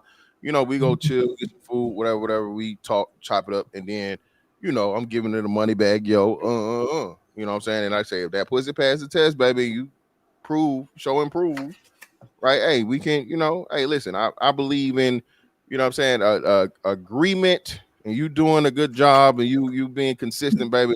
You need a little help with something, I ain't got you. I got you. I ain't paying no rent, I ain't paying no car note, but you know, a little something here, there, whatever. Hey, man, it's, you know, hey, you help me, I help you. But yeah, man, these like, this should be crazy, bro. So man, if y'all got young kids, young brothers out there, sons, man, just give them the game, man. Let them be armed going out here, man, because we all know the biggers and the scammers are there, and you know, we just want to protect them as much as possible, man. Listen, man, it's a great conversation, man. Sob stories. I'm old and ugly. Hopefully y'all get to be old and ugly like me. So I'm gonna go and enjoy the rest of my night. I'm sure y'all will, man. Stay up, man. To the young brothers. I'm about to shut this shit down. So I got this. Man, I'm about to get out here too and go talk to my wife. Hey man, y'all have a wonderful night, man. I appreciate y'all for rocking with me. I appreciate it. All right, y'all. Yep. JT will figure out when he get back, man. But hey, man, listen. Great convo tonight, man. Again, the YouTube algorithm and shit is shifting. If you're not doing panels, niggas don't care. If you're not reviewing panels, niggas don't care. Right? So you got to get the people what they want. So hey, link will be in the chat for the most part. I'm still gonna do my shows the way I do my shows. You know, start out giving my commentary, my whatever. But everything is shifting on YouTube, man, to panels, right? Everybody's doing the shit, same shit on TikTok. People want to see people talk about shit, right? Argue, fuss, fight, agree, disagree, all that shit. So just look forward to it. And hey, man, you're welcome. If you're a longtime chat participator, man, and chat supporter, hey man, break out of your shell, bro. Hit the link, man. You know what I'm saying? You're welcome with open arms, man. But anyway, Miss Fantastic AC4 on all social media platforms. That's that on that one. Catch you on the next one. Holla, we out.